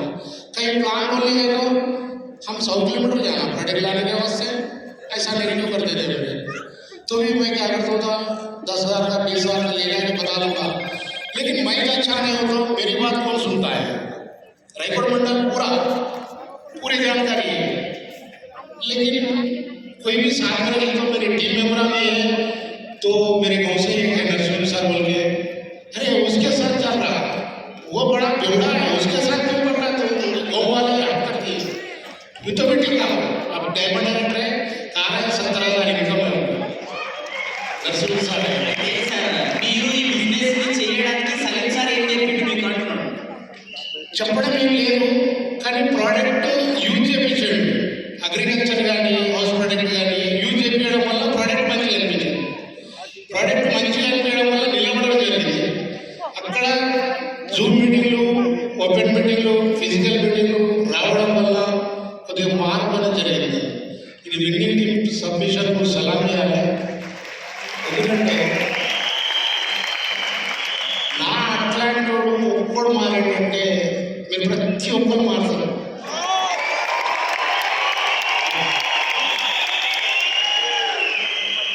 मेरा जैसा आदमी अगर बदल गया तो हर कोई बदल सकता है। यस तो आप मतलब आपने खुद बोला कि आप बेवड़े को कौन ज्वाइन करेंगे सर, तो उनके लीडर ने बोला ना, आपके डाउनलाइन ने बोला कि बेवड़े को कौन ज्वाइन करेगा।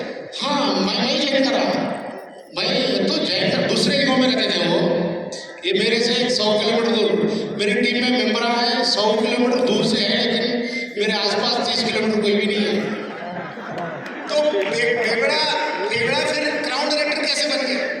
बेवड़ा ये मेहनत, जैसे कि दूर दूर ज्वाइन कर लिया, दूर दूर मीटिंग करते गया, करीब में 16 गाँव है एक मंडल के, कोई भी नहीं सुन रहा, कितने लोगों को बोले तो कोई भी नहीं समझता, तो दूर दूर गया, सफर करते हुए दूर जाके ज्वाइनिंग करके दूर दूर से मीटिंग पी के तो नहीं पिया है। तो ये सबमिशन में जब जूम मीटिंगों में आ रहा हूँ, ये एक सीढ़ी सलीम साहब मेरे दादी के 4 सीढ़ियाँ फेंके, इन भावों का फल क्या होगा। वो सीढ़ी सुनते सुनते सुनते सुनते ऐसा दिमाग में बैठ गया, ऐसा दिमाग में बैठ गया कि साहब का पूरा सुरेंद्र वाट चैनल इंटरव्यू देखता था मैं, जैसा इंटरव्यू चलता था मैं एसपी बात भैया के पूरे जो वीडियो कहाँ है पूरा रिसर्च करके देखता था फोन में। ये सबमिशन में जुड़ना बच्चों की जिंदगी बनती है और मेरी जिंदगी बनती है, बोल ठीक है समय पे। क्या बात है, कितना चेक हो गया आपका? हाईएस्ट चेक कितना रहा? 98,000 चेक है सब, वेगनर कार लेके मेरी टीम में 7 कार आने लगे। क्या बात है, आपका परिवार एक बार खड़ा हो सकता है? परिवार में खुशियाँ आ रही, यहाँ पर एक स्पॉटलाइट मार दीजिए, स्पॉटलाइट में ला दीजिए। आपके बच्चे भी आए है सर, 3 है, मेरा बेटा ब्राउजर प्राय 18 साल का है, 18,000 का चेक दिया सर। क्या बात है, क्या बात है, बेटा भी है, second generation in business, very nice, all the very best. हम बहुत जल्दी आपकी कहानी सुनेंगे जब आप ईसीडी बनकर आएंगे, यूसीडी बनकर आएंगे। थैंक यू చూడండి సార్ ఇంత చదువుకోలేదు, నెక్స్ట్ ఇట్లాంటి సిచ్యువేషన్ లో ఉంటే అట్లాంటి వ్యక్తి రోజు 98,000 రూపాయలు ఇన్కమ్ తీసుకొని కార్ తీసుకొని టీంలో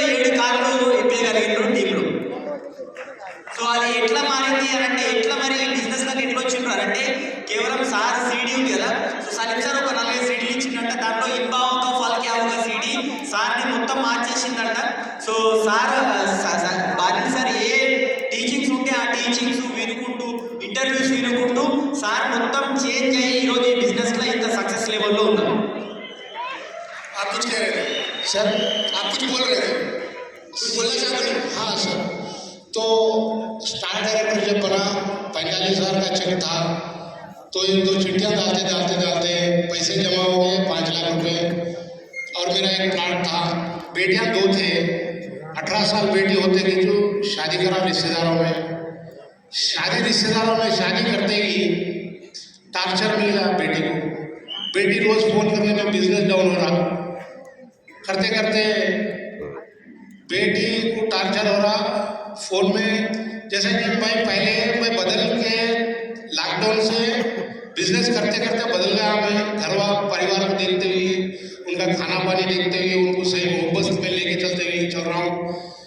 जब बेटी को शादी करा 2002 में, शादी करके अब वो टार्चर नहीं सुन सकी, बच्ची मेरी गुजर गई। रिश्तेदारों में गया,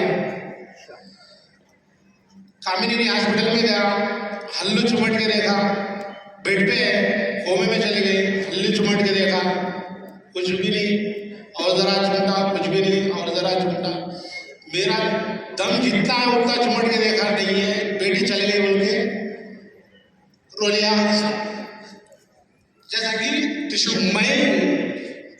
मैं उनकी खुशी देखना चाहता था, ऊपर वाला नहीं देख सका। लेकिन अब ये 2 है मेरे बेटे, एक DUCD DMCM मेंबर बनना और एक डॉक्टर टू DUCD बनना, वही मेरा ड्रीम है साहब। जरूर होगा सिमुद्दीन जी, आपके साथ है, पूरी ग्रीन टीम आपके साथ है। बेटी चली गई पर यहाँ बहुत सारी और बेटियां हैं पूरी दुनिया में और इस हॉल में जिनके सपने पूरे आपको कर रहे हैं। उनमें आप बस अपनी बेटी का चेहरा देखिए, बिल्कुल हम उनकी आत्मा की शांति की कामना करते हैं। वही फोकस से चल रहा हूँ। बहुत सारे और लेडीज हैं मेरी बेटी की तरह देख के चल रहा हूँ सब। उनको भी बहुत हम्बलनेस, डिसिप्लिन, बात करने का तरीका, रहना सहना, हर कुछ बहुत बदलाव आया साहब इसके अंदर। DUCD बनना हो तो एक ही मैंने बनता हूँ, लेकिन मेरी टीम में बहुत सारे लेडीज हैं, उनको लेके चलना है मेरा काम। अगर अजीमुद्दीन जी कर सकते हैं तो हम सब कर सकते हैं कि नहीं?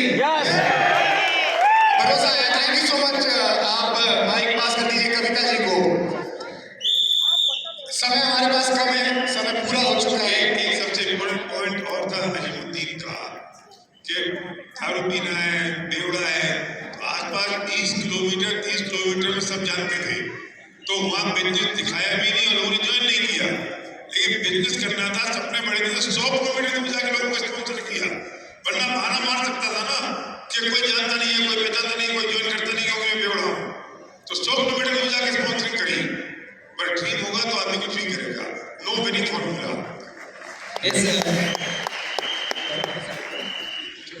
సో సార్ గురించి ఇప్పుడు బారిబాయ్ ఏమన్నారంటే, అజిముద్దీన్ సార్ ఆల్రెడీ తాగుబోతు వ్యక్తి ఉంటుండే. సో అందరికీ తెలుసు అక్కడ 20 గ్రామాలలో ఇతను పోతే ఎవరు జాయిన్ కాలేరు, ఎవరు వింటలేరు. కానీ డ్రీమ్ స్ట్రాంగ్ ఉన్నది, అది గురించి 100 కిలోమీటర్ దూరం పోయి బిజినెస్ చేసుకొని ఇవాళ సక్సెస్ తీసుకున్నారు ఆయన. సో డ్రీమ్ స్ట్రాంగ్ ఉంటే మనం ఎక్కడైనా వెళ్ళి బిజినెస్ చేయొచ్చు. సో సార్ యొక్క బాధాకరంగా సిచ్యువేషన్ ఏమున్నదంటే, వాళ్ళ కూతురు పెళ్లి చేసిన తర్వాత వాళ్ళని చాలా హింసించారంట. ఆ హింసించడంలోనే వాళ్ళ కూతురు చనిపోయారు.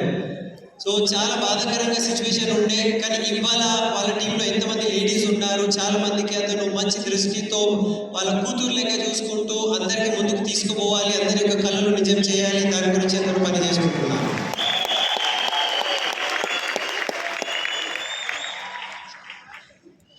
कविता जी हमारे साथ है, हिंदी तेलुगु तेलुगु से। तेलुगु। कविता जी ये बताइए कि आपका क्या बैकग्राउंड रहा, क्या आपको हेल्थ चैलेंज रहा, क्या एजुकेशन क्वालिफिकेशन में? మీ బ్యాక్గ్రౌండ్ హెల్త్ ఛాలెంజ్ ఉండే ఎడ్యుకేషన్? నా పేరు కవిత శేఖర్. సో నేను మా నాన్న వచ్చేసి ఆటో డ్రైవర్ అండి. మేము 5 మందిమి. అన్నయ్య తర్వాత నేను, నా తర్వాత 3 సిస్టర్స్ అనమాట. నేనే పెద్దదాన్ని కాబట్టి 9th క్లాస్లోనే మ్యారేజ్ అయింది. సో 14 ఇయర్స్ ఆ టైంలో మ్యారేజ్ అయిన తర్వాత ఏం తెలీదు.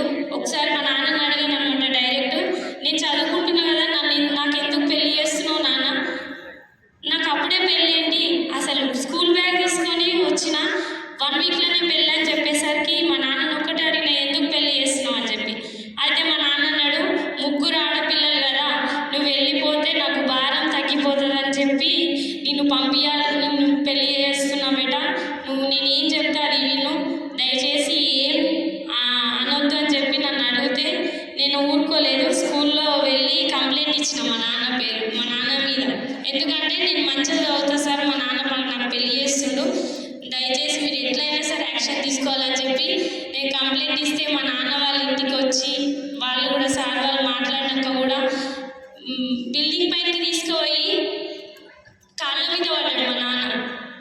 నన్ను అర్థం చేసుకోబెట్టా, నేను ఆటో డ్రైవర్ని, నాకు స్తోమత లేదు చదివియడం, నువ్వు వెళ్ళిపోతే నాకు భారం తగ్గుతుంది, నువ్వు ఏం చెప్పొద్దు అని చెప్పేసరికి నేను ఒక్క మాట కూడా అనుకోకుండా పెళ్ళికి ఒప్పుకోవడం జరిగింది. 9th క్లాస్లోనే పెళ్ళి అయిపోయింది. అంటే నాకు ఏం తెలియదు, డ్రెస్ చినిగిపోతే కూడా ఎలా కుట్టాలో కూడా తెలియదు. అలాంటి టైంలో పెళ్ళి చేసి మా నాన్న, మా శేఖర్ సార్, నిజంగా మా శేఖర్ సార్కి నిజంగా థ్యాంక్ యూ సో మచ్. ఏం తెలియని వయసులో పెళ్ళి చేసుకున్నాడు. నాన్నలాగా ఇప్పటికీ కూడా నన్ను కూతురులాగా చూసుకుంటాడండి. Thank you so much. ఇంత మంచి హస్బెండ్ ఇచ్చినందుకు, అంటే తొందరగా పెళ్ళి చేసిన మంచి హస్బెండ్ ఇచ్చారు. सो ये इनके फादर ऑटो चलाते थे और ये 4 लोग हैं, एक भाई है और 3 बहनें हैं. ये स्कूल से एक दिन आई थी, 9th क्लास में थी और उनके पिताजी ने बोला कि अभी अगले हफ्ते तुम्हारी शादी है. तो अचानक ये परेशान हो गए, मतलब हंसने खेलने की उम्र है. तो इन्होंने बोला कि मैं शादी नहीं करूँगी. तो बोले, देख बेटा, मेरे को 3 बेटियां हैं और तू बड़ी है, मैं तेरी शादी कर दूंगा तो मेरा कुछ वजन हल्का हो जाएगा, तो मैं जो बोल रहा हूँ वो कर ले. तो इन्होंने अभी इनको समझ में नहीं आया, तो इन्होंने सोचा कि ये तो मानेंगे नहीं. तो स्कूल गए, स्कूल में टीचर्स को इन्होंने अपने फादर के खिलाफ कंप्लेंट किया कि मेरे फादर मेरी शादी करने वाले हैं 1 हफ्ते में. तो फिर वो टीचर आकर इनके फादर को समझाए. तो इनके फादर सीधा इनको ऊपर लेके गए, छत पर लेके गए और इनके पैरों में गिर गए. और इनके पैरों में गिरकर फादर ने बोला कि देख बेटा, तू सबसे बड़ी है और मेरे को 3 बेटियां हैं, तू अभी शादी कर ले, क्योंकि मैं ये सब नहीं कर सकता, मैं एक ऑटो ड्राइवर हूँ, मेरा भार कम कर दे. तो फिर पिता जब पैरों में गिर गए तो ये मान गए और कुछ भी मालूम नहीं था, एकदम बचपना था. इन 14 साल में इनकी शादी हो गई. तो थैंक गॉड इनके जो हस्बैंड है बहुत अच्छे व्यक्ति है और वो मेरे को ही बेटी जैसा देखकर आज तक मेरे को संभालते आए हैं, क्योंकि मेरी तो कोई मतलब उतनी होशियारी तो थी नहीं, तो हस्बैंड ने ही इनको संभाला है. थैंक यू हस्बैंड को बोल रहे हैं. यस, एक बार आपके हस्बैंड यहाँ पर हैं, एक बार खड़े हो सकते हैं वो, एक बार स्पॉटलाइट प्लीज. శేఖర్ గారు ఎక్కడ ఉన్నారు ఒకసారి నిలబడండి. वहाँ पीछे है, वहाँ पर एक बार स्पॉटलाइट फैलाइए. यस, जोरदार तालियां, एक बार जोरदार तालियां. हमारे पास समय कम है, पर जब आप यहाँ स्टेज पर आएंगे तो आप दोनों साथ में आकर अपनी स्टोरी शेयर कीजिएगा. Thank you sir, thank you so much. Please बैठिए. वेस्टीज बिजनेस कब मिला आपको? వెస్టీజ్ బిజినెస్ ఎప్పుడు వచ్చింది మీ దగ్గర? 22 లాస్ట్ इयर, అంటే ఎండింగ్ ఇయర్ में आया. लगभग 3 साल पहले. हाँ, 3 साल पहले. हाँ. उसके पहले आप लोग मिलकर कैसे गुजारा करते थे, क्या काम करते थे? ఏం చేస్తుంటే మీరు ఇద్దరు కలిసి? పెళ్ళైన అంటే 2007లో మ్యారేజ్, 8లో పాప, 10లో బాబు. బాబు 10th క్లాస్, పాప వచ్చి ఇంటర్ కంప్లీటెడ్, బీటెక్కి వెళ్తుంది ఇప్పుడు. సో వాళ్ళిద్దరిని చూసుకోవడం చాలా కష్టంగా ఉందని చెప్పి నేను ఒక జీ తెలుగులో ప్రోగ్రామ్ వస్తుంది వారేవాని వంటలు చేసే ప్రోగ్రాంలో ఒక జాబ్ చేస్తున్న టైం 6000 నా శాలరీ వచ్చేసి. సో వాళ్ళు ఎన్నో వంటలు చేస్తారు, చూసిన ఇన్ని వంటలు చేస్తారు కదా, ఇదే నేను సొంతంగా చేస్తే నేను కూడా నాకు సొంతంగా డబ్బులు వస్తాయి కదా అని ఆలోచించి ఒక 6 నెలలు మాత్రమే చేసిన. అది ఎందుకు వదిలేయడం జరిగిందంటే 6 నెలలు చేసినంత క్రమంలో నేను ఇంటికి వచ్చేసి నాకు అత్తయ్య మామయ్య లేరు. సో పిల్లల్ని చూసుకుంటూ నేను డ్యూటీ చేసుకునేదాన్ని. సో ఇంటికి వచ్చేసరికి మేము ఉండేది ఏరియా స్లమ్ ఏరియా అనమాట. రెంట్ తక్కువ ఉంటుందని చెప్పి స్లమ్ ఏరియాలో తీసుకోవడం జరిగింది. నేను ఉండే రూమ్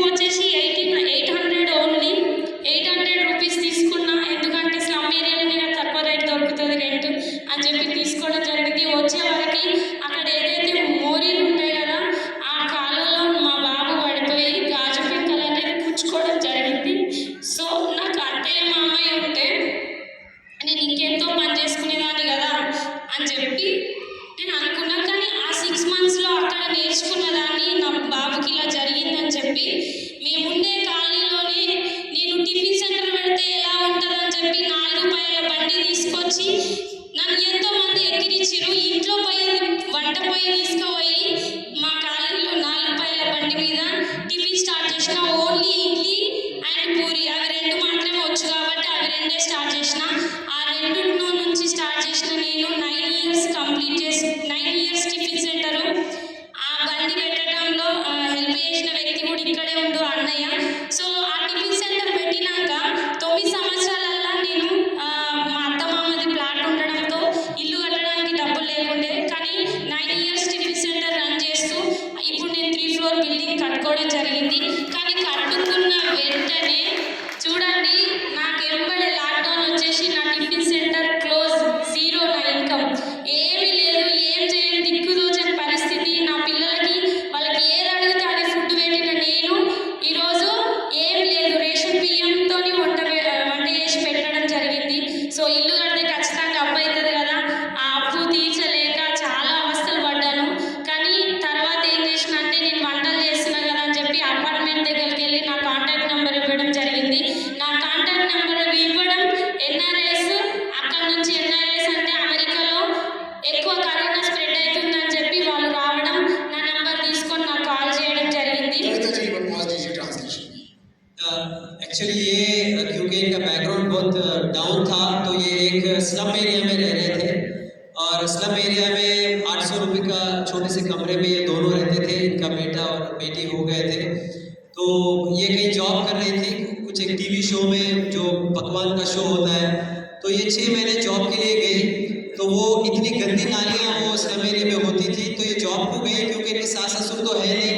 तो बेटा एक बार गंदी नाले में गिर गया और उसको कांच चुभ गई, कांच लग गई, तो बेटा बहुत दर्द में रो रहा था। तो वो सब दर्द देखकर इनको लगा कि मैं बच्चों को छोड़ के जाऊंगी तो कैसे होगा।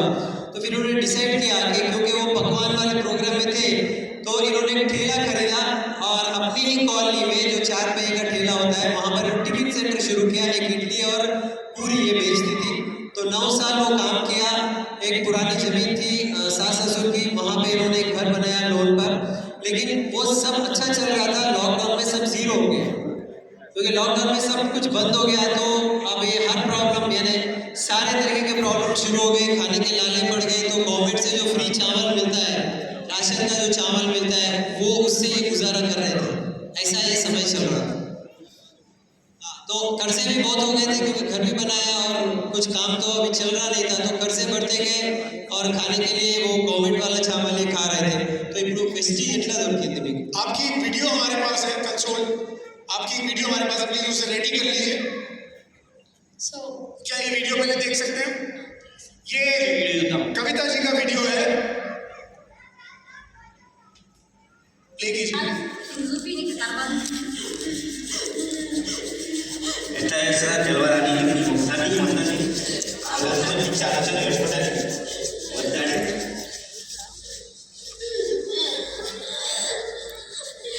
ఫేస్ చేస్తున్నావా?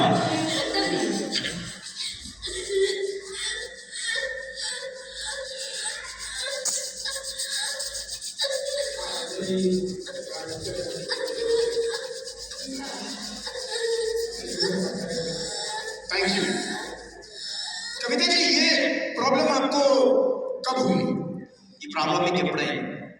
నేను టిఫిన్ అంటే బిజినెస్ మీద బిజినెస్ టిఫిన్ సెంటర్ క్లోజ్ होगा క్లోజ్ అయిపోయింది. క్లోజ్ అయిపోయిన తర్వాత కూరగాయల బిజినెస్ స్టార్ట్ చేశాను. కూరగాయల బిజినెస్ స్టార్ట్ చేసిన తర్వాత అది చేస్తున్న టైంలో ఆ కూరగాయలు ఒక దగ్గరికి తీసుకురావాలంటే ఒక ఆటో కావాలి. ఆటో తీసుకోవాలంటే 10,000లో సెకండ్ హ్యాండ్ ఆటో ఇప్పించిన మా సార్కి. ఆటో తీసుకొని 5 గంటలకు వెళ్ళొస్తున్న ఆటో సెకండ్ హ్యాండ్ ఆటో కాబట్టి స్టార్ట్ అవ్వట్లేదు, అంటే కాదు. సో సెల్ఫ్ లేదు దానికి, అంటే దొబ్బి స్టార్ట్ చేయాలి. అయితే నేను వెనకాల నుంచి దొబ్బాలి, మా సారు ముందు నుంచి దొబ్బి దాన్ని స్టార్ట్ చేయడం అట్లా చేస్తున్న టైంలో ఆటోది అది పైన ఉంటుంది కదా, రాడ్ గుచ్చుకొని ఇక్కడ పెద్ద హోల్ పడి మా సార్కి ఇట్లా నేను వెనక నుంచి దొబ్బి వచ్చి ముంగటికి వచ్చే వరకు మొత్తం బ్లడ్ అంతా ఒళ్ళు పైన పడిపోయింది. సో ఏది ఈ కర్మ అని చెప్పి మళ్ళీ ఆ బిజినెస్ ఆపేసి తర్వాత బ్యాంగిల్ స్టోర్ స్టార్ట్ చేసిన. బ్యాంగిల్ స్టోర్ తర్వాత బ్యూటీ పార్లర్ తర్వాత డ్రై క్లీనింగ్ అండ్ బొటిక్, బ్లౌజులు కుట్టుడు ఫ్రీగా నేర్చుకున్నా. సరే నేను నేర్చుకున్నదే కదా అని చెప్పి షాప్స్ మళ్ళీ స్టార్ట్ చేసిన. ఈ ప్రాబ్లం ఎప్పుడైంది? సో అది చేస్తున్న టైంలో బిజినెస్ల మీద బిజినెస్ పెట్టిన కదా, అన్ని డబ్బులు పెట్టుకున్నా, అప్పు మీద అప్పు చేస్తా పోయినా. ఆ టెన్షన్ ఎక్కువైపోయి నా బ్రెయిన్లో బబుల్స్ వచ్చినాయి. సో ఫిట్స్ ఎట్లా వస్తుంది అంటే తెలియదు, మధ్యలోనే వచ్చింది.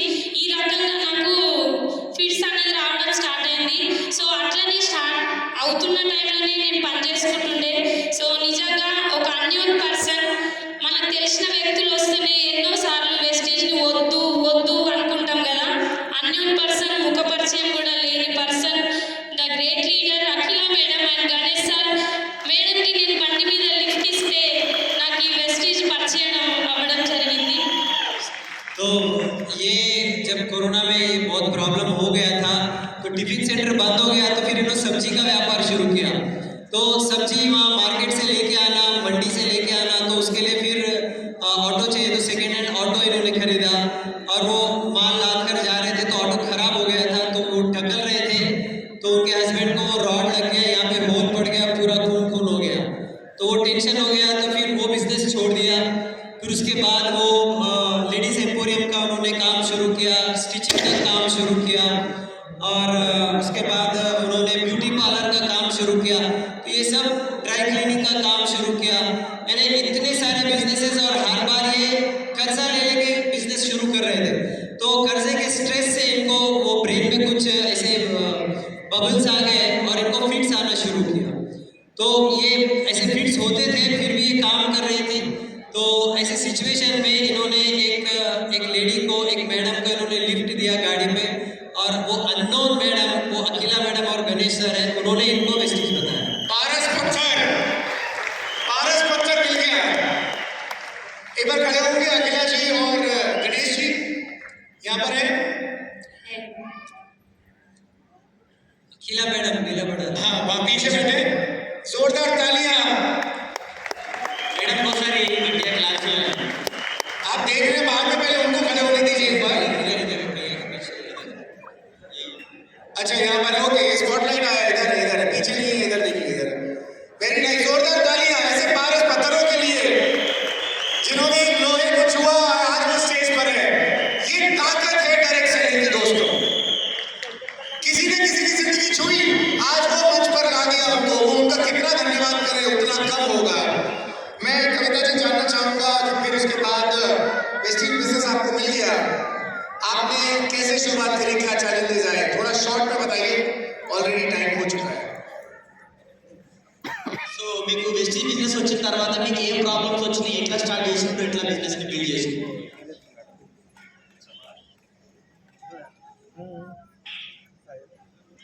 నాకు ఒకటి అర్థమైంది, ఒకటే ఏంటంటే చూసిరు కదా వీడియోలో, హాస్పిటల్కి వెళ్తే డాక్టర్ ఏం చెప్పిందంటే ఈమె ఎక్కువ జ్వరం వచ్చినా, టెన్షన్ పడ్డా హార్ట్ మీద ఎఫెక్ట్ పడుతుంది. నాకు ఆక్సిజన్ అనేది ఎవరైనా అందిస్తేనే, మా ఇంట్లో సిలిండర్ ఉంటుంది, ఆక్సిజన్ సిలిండరు.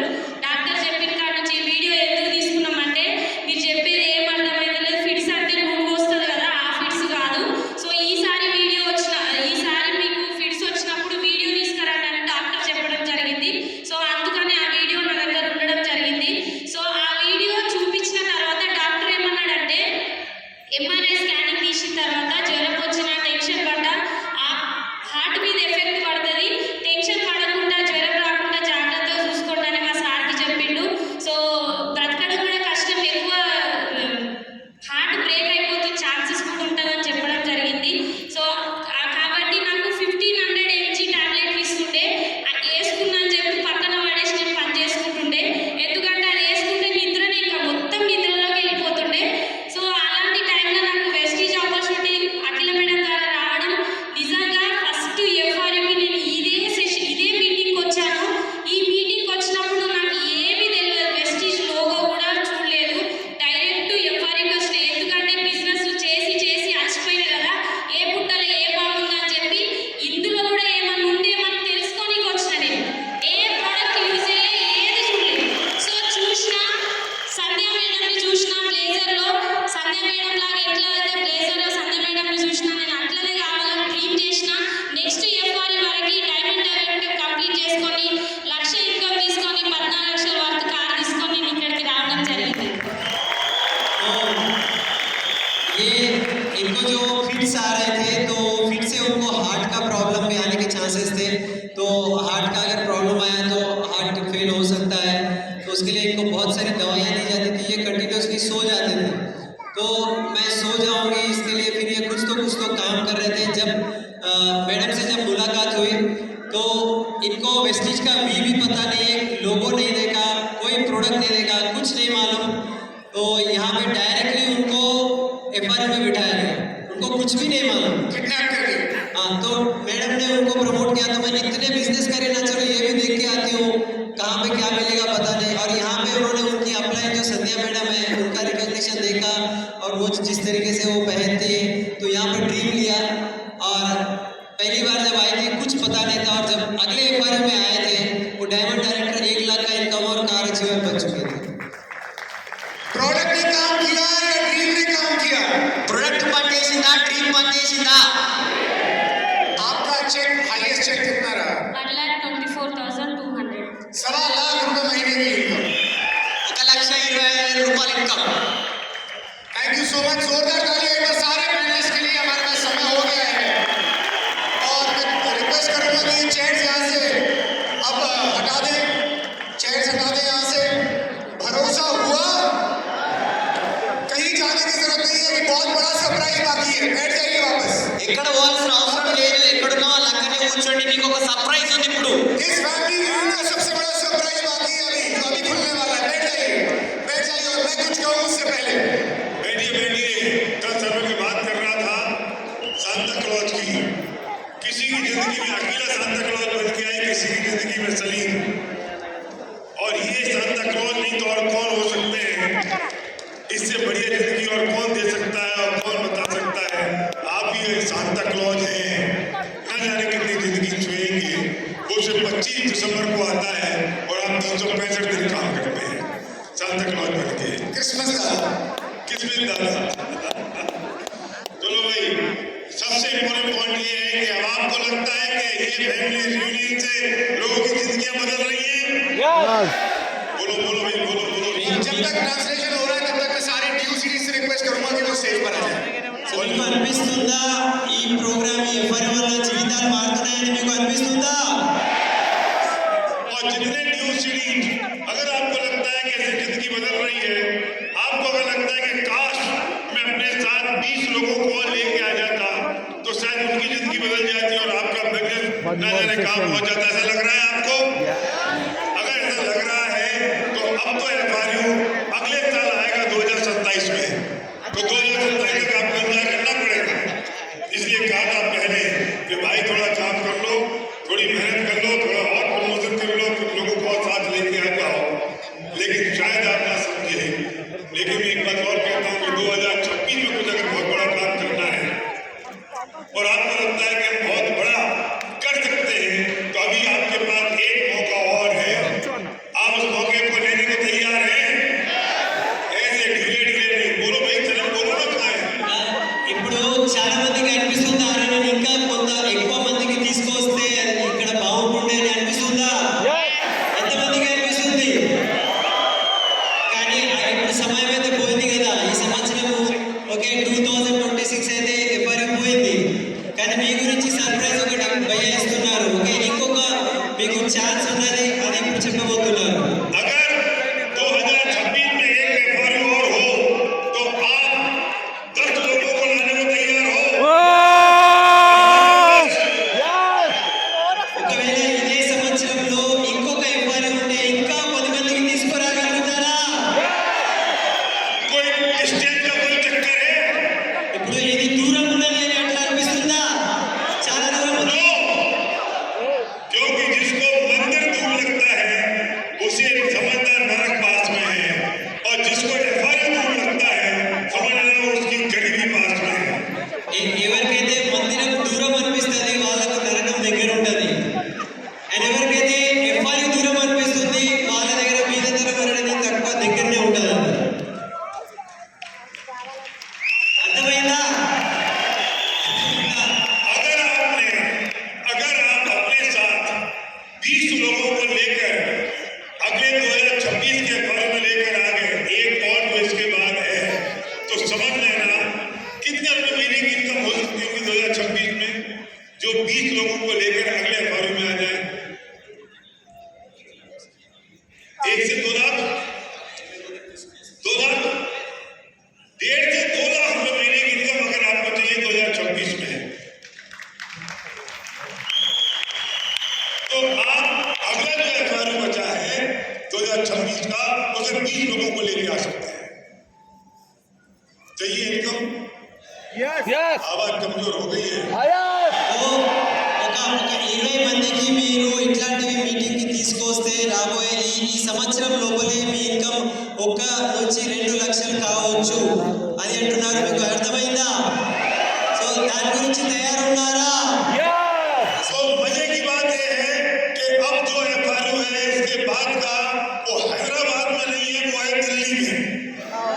और आपको సో ఇప్పుడు శుభవార్త ఏమున్నదంటే ఇదే సంవత్సరము ఇప్పుడు నెక్స్ట్ ఎఫ్ఆర్యూ హైదరాబాద్ లో లేదు, కానీ వచ్చే నెల ఇట్లాంటి ఎఫ్ఆర్యూ మనకు ఢిల్లీలో ఉన్నది. और आपके जितने भी ड्यू सीरीज और बीएमसी दिखाई दे रहे हैं, ये सब दिल्ली एफआरयू अटेंड करने के बाद ही ड्यू सीरीज और बीएमसी का कब हैदराबाद में नहीं होता था।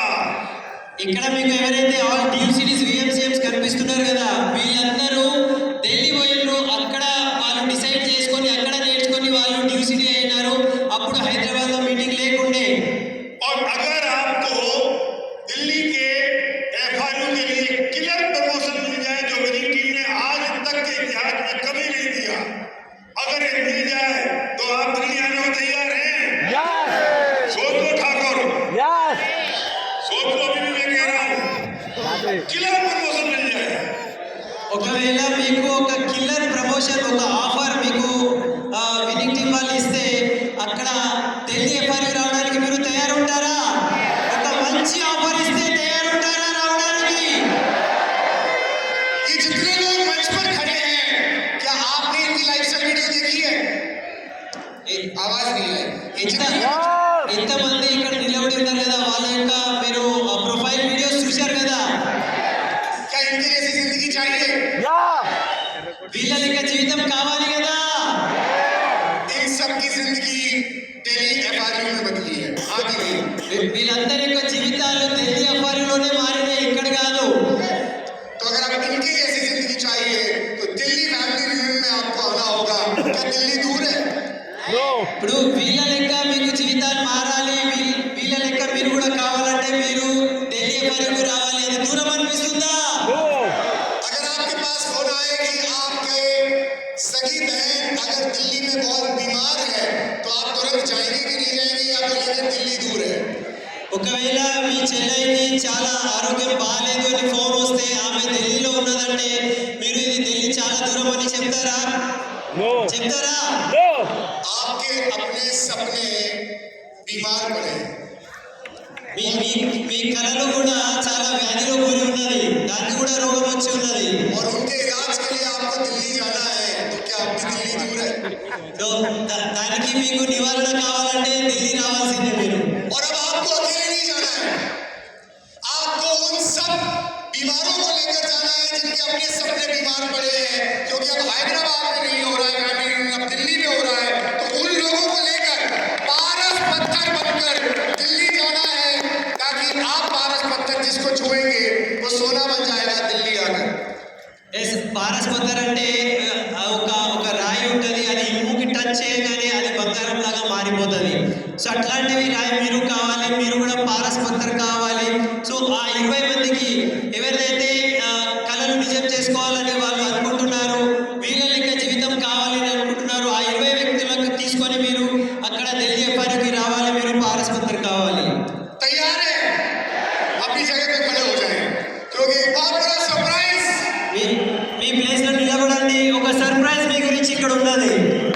अब आपकी आवाज आएगी और ड्यू सिटी जब मुझे कहेंगे तब ये अनाउंस होगा। अब आप और ड्यू सिटी मिलकर निपट लें। ఎస్, మీ అరుపులు మీ సౌండ్ కావాలి అండ్ మీ న్యూ సిటీస్ మాట్లాడతారు, అది మీరు చూసిన తర్వాత. ఎస్,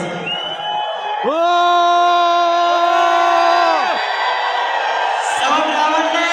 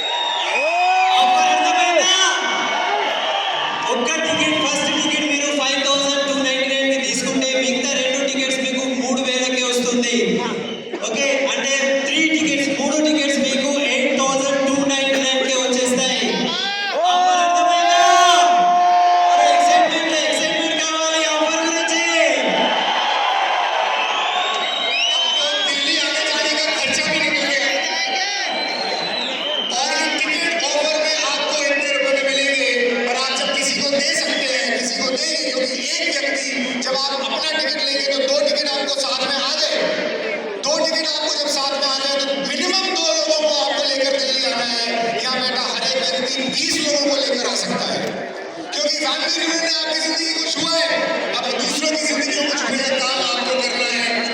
3 लोग, मिनिमम 3 लोग आप लोग आ रहे हैं एक्चुअली। आप जिस भी प्राइस में आगे देना चाहें दे सकते हैं, नॉट मोर देन MRP। आप जिस भी प्राइस में, जो फुल प्राइस है 5299 उसमें टिकट दे सकते हैं किसी भी व्यक्ति को। आप चाहें तो ऑफर में दे सकते हैं, पर आपको दिल्ली आना है। ये ऑफर कितना ट्रांसलेट कर दीजिए उसके बाद बताओ। చూడండి మీరు ఒక్క టికెట్ మీ గురించి తీసుకుంటే నెక్స్ట్ 2 టికెట్స్ మీకు 3000కే వస్తుంది. అండ్ ఆ 3000కి వచ్చిన టికెట్స్ మీరు ఇద్దరికి తీసుకురావచ్చు. మీ ఢిల్లీకి రానుకోను ట్రైన్ ఖర్చులు అవన్నీ ఉంటాయి కదా, అక్కడ మీకు సేవ్ అవుతుంది. అండ్ మీరు ఈ టికెట్ మీకు 100 and 500 ఒక టికెట్ వస్తుంది కదా, మీరు ఎంఆర్పీలో కూడా వాళ్ళకి ఇవ్వచ్చు. నాట్ మోర్ దెన్ ఎంఆర్పీ కన్నా ఎక్కువ ఇవ్వకండి. సో ఈ ఒక్క టికెట్ పైన మీరు ముగ్గురు రావచ్చు అని సార్ చెప్తున్నారు. ऑफर में देना चाहे तो ऑफर में भी दे सकते हैं किसी को। ఆఫర్లోనే ఇవ్వాలంటే ఆఫర్లో కూడా ఇవ్వచ్చు. वो आपके बिजनेस इन्वेस्टमेंट है। ये ऑफर इस हॉल में मौजूद लोगों के लिए ही है सिर्फ, और किसी के लिए नहीं है। సో ఈ ఆఫర్ అనేది ఇక్కడ హాల్లో ఉన్న వాళ్ళ గురించే ఉన్నది, వేరే వాళ్ళ గురించి ఈ ఆఫర్ లేనే లేదు, ఇది అర్థం చేసుకోండి. और ये ऑफर सिर्फ 29 मिनट्स के लिए ओपन है, 29 मिनट के लिए। चलिए ఈ ఆఫర్ ఇప్పుడు ఓన్లీ 29 మినిట్స్, అంటే అర్ధ గంట కన్నా తక్కువ సమయంలోనే ఇది ఆఫర్ తీసుకోవాలి, దాని తర్వాత దొరకదు. यानी कि अभी हो रहे हैं 2:24। अमित जी 3 बजे तक कर दें। चलो अमित जी ने कह दिया 3 बजे तक। 3 बजे तक ये ऑफर अवेलेबल है। आप मोबाइल ऐप से कर सकते हैं, MyWT ऑफिस वेरिटी का मोबाइल ऐप, या बाहर काउंटर पे कर सकते हैं अपना टिकट बुक। सिर्फ 3 बजे तक के लिए ऑफर है। ये ऑफर आपको क्यों दिया गया है? क्योंकि आपने एक फैमिली रियूनियन अटेंड किया है, आप इस हॉल में मौजूद हैं। ये ऑफर सिर्फ इस हॉल में मौजूद लोगों के लिए है और किसी के लिए नहीं है। पूरे इंडिया से कोई और बुक नहीं कर सकता। आप जितना चाहे उसे यूटिलाइज कर सकते हैं। సో ఈ ఆఫర్ మీరు ఇక్కడ హైదరాబాద్ ఎఫ్ఆర్ అటెండ్ చేస్తున్నారు, అందు గురించి ఈ ఆఫర్ మీ గురించే ఉన్నది. సో ఈ ఆఫర్కి మీరు ఎంతైనా యూజ్ చేసుకోవచ్చు, కానీ ఇది జస్ట్ అర్ధ గంట గురించే ఉన్నది. ఓకే, 3 గంటల లోపల అంటే 3 o'clock 3 వరకు మనము ఈ ఆఫర్ తీసుకోవచ్చు. ఆన్లైన్ బుక్ చేసుకోవచ్చు, లేకపోతే బయట మనకు కౌంటర్ ఉన్నది, ఆ కౌంటర్ మీద వెళ్ళి మీరు బుక్ చేసుకోవచ్చు. और क्राउन लेवल लीडर से गुजारिश है कि वो लंच बाद में करें, पहले लोगों की मदद करें, मैक्सिमम टिकट्स बुक कराएं और उनके साथ वो दिल्ली आए। సో క్రౌడ్ డెమో ఎవరైతే ఉన్నారో మీరు లంచ్ చేయకుండా ఫస్ట్ మీ టీం వాళ్ళకు హెల్ప్ చేయండి బుకింగ్ గురించి, దాని తర్వాత మీరు లంచ్కి వెళ్ళొచ్చు. వీళ్ళందరికీ ఢిల్లీకి రావడానికి మీరు హెల్ప్ చేయండి. Are you ready? Are you ready? जोर से बोल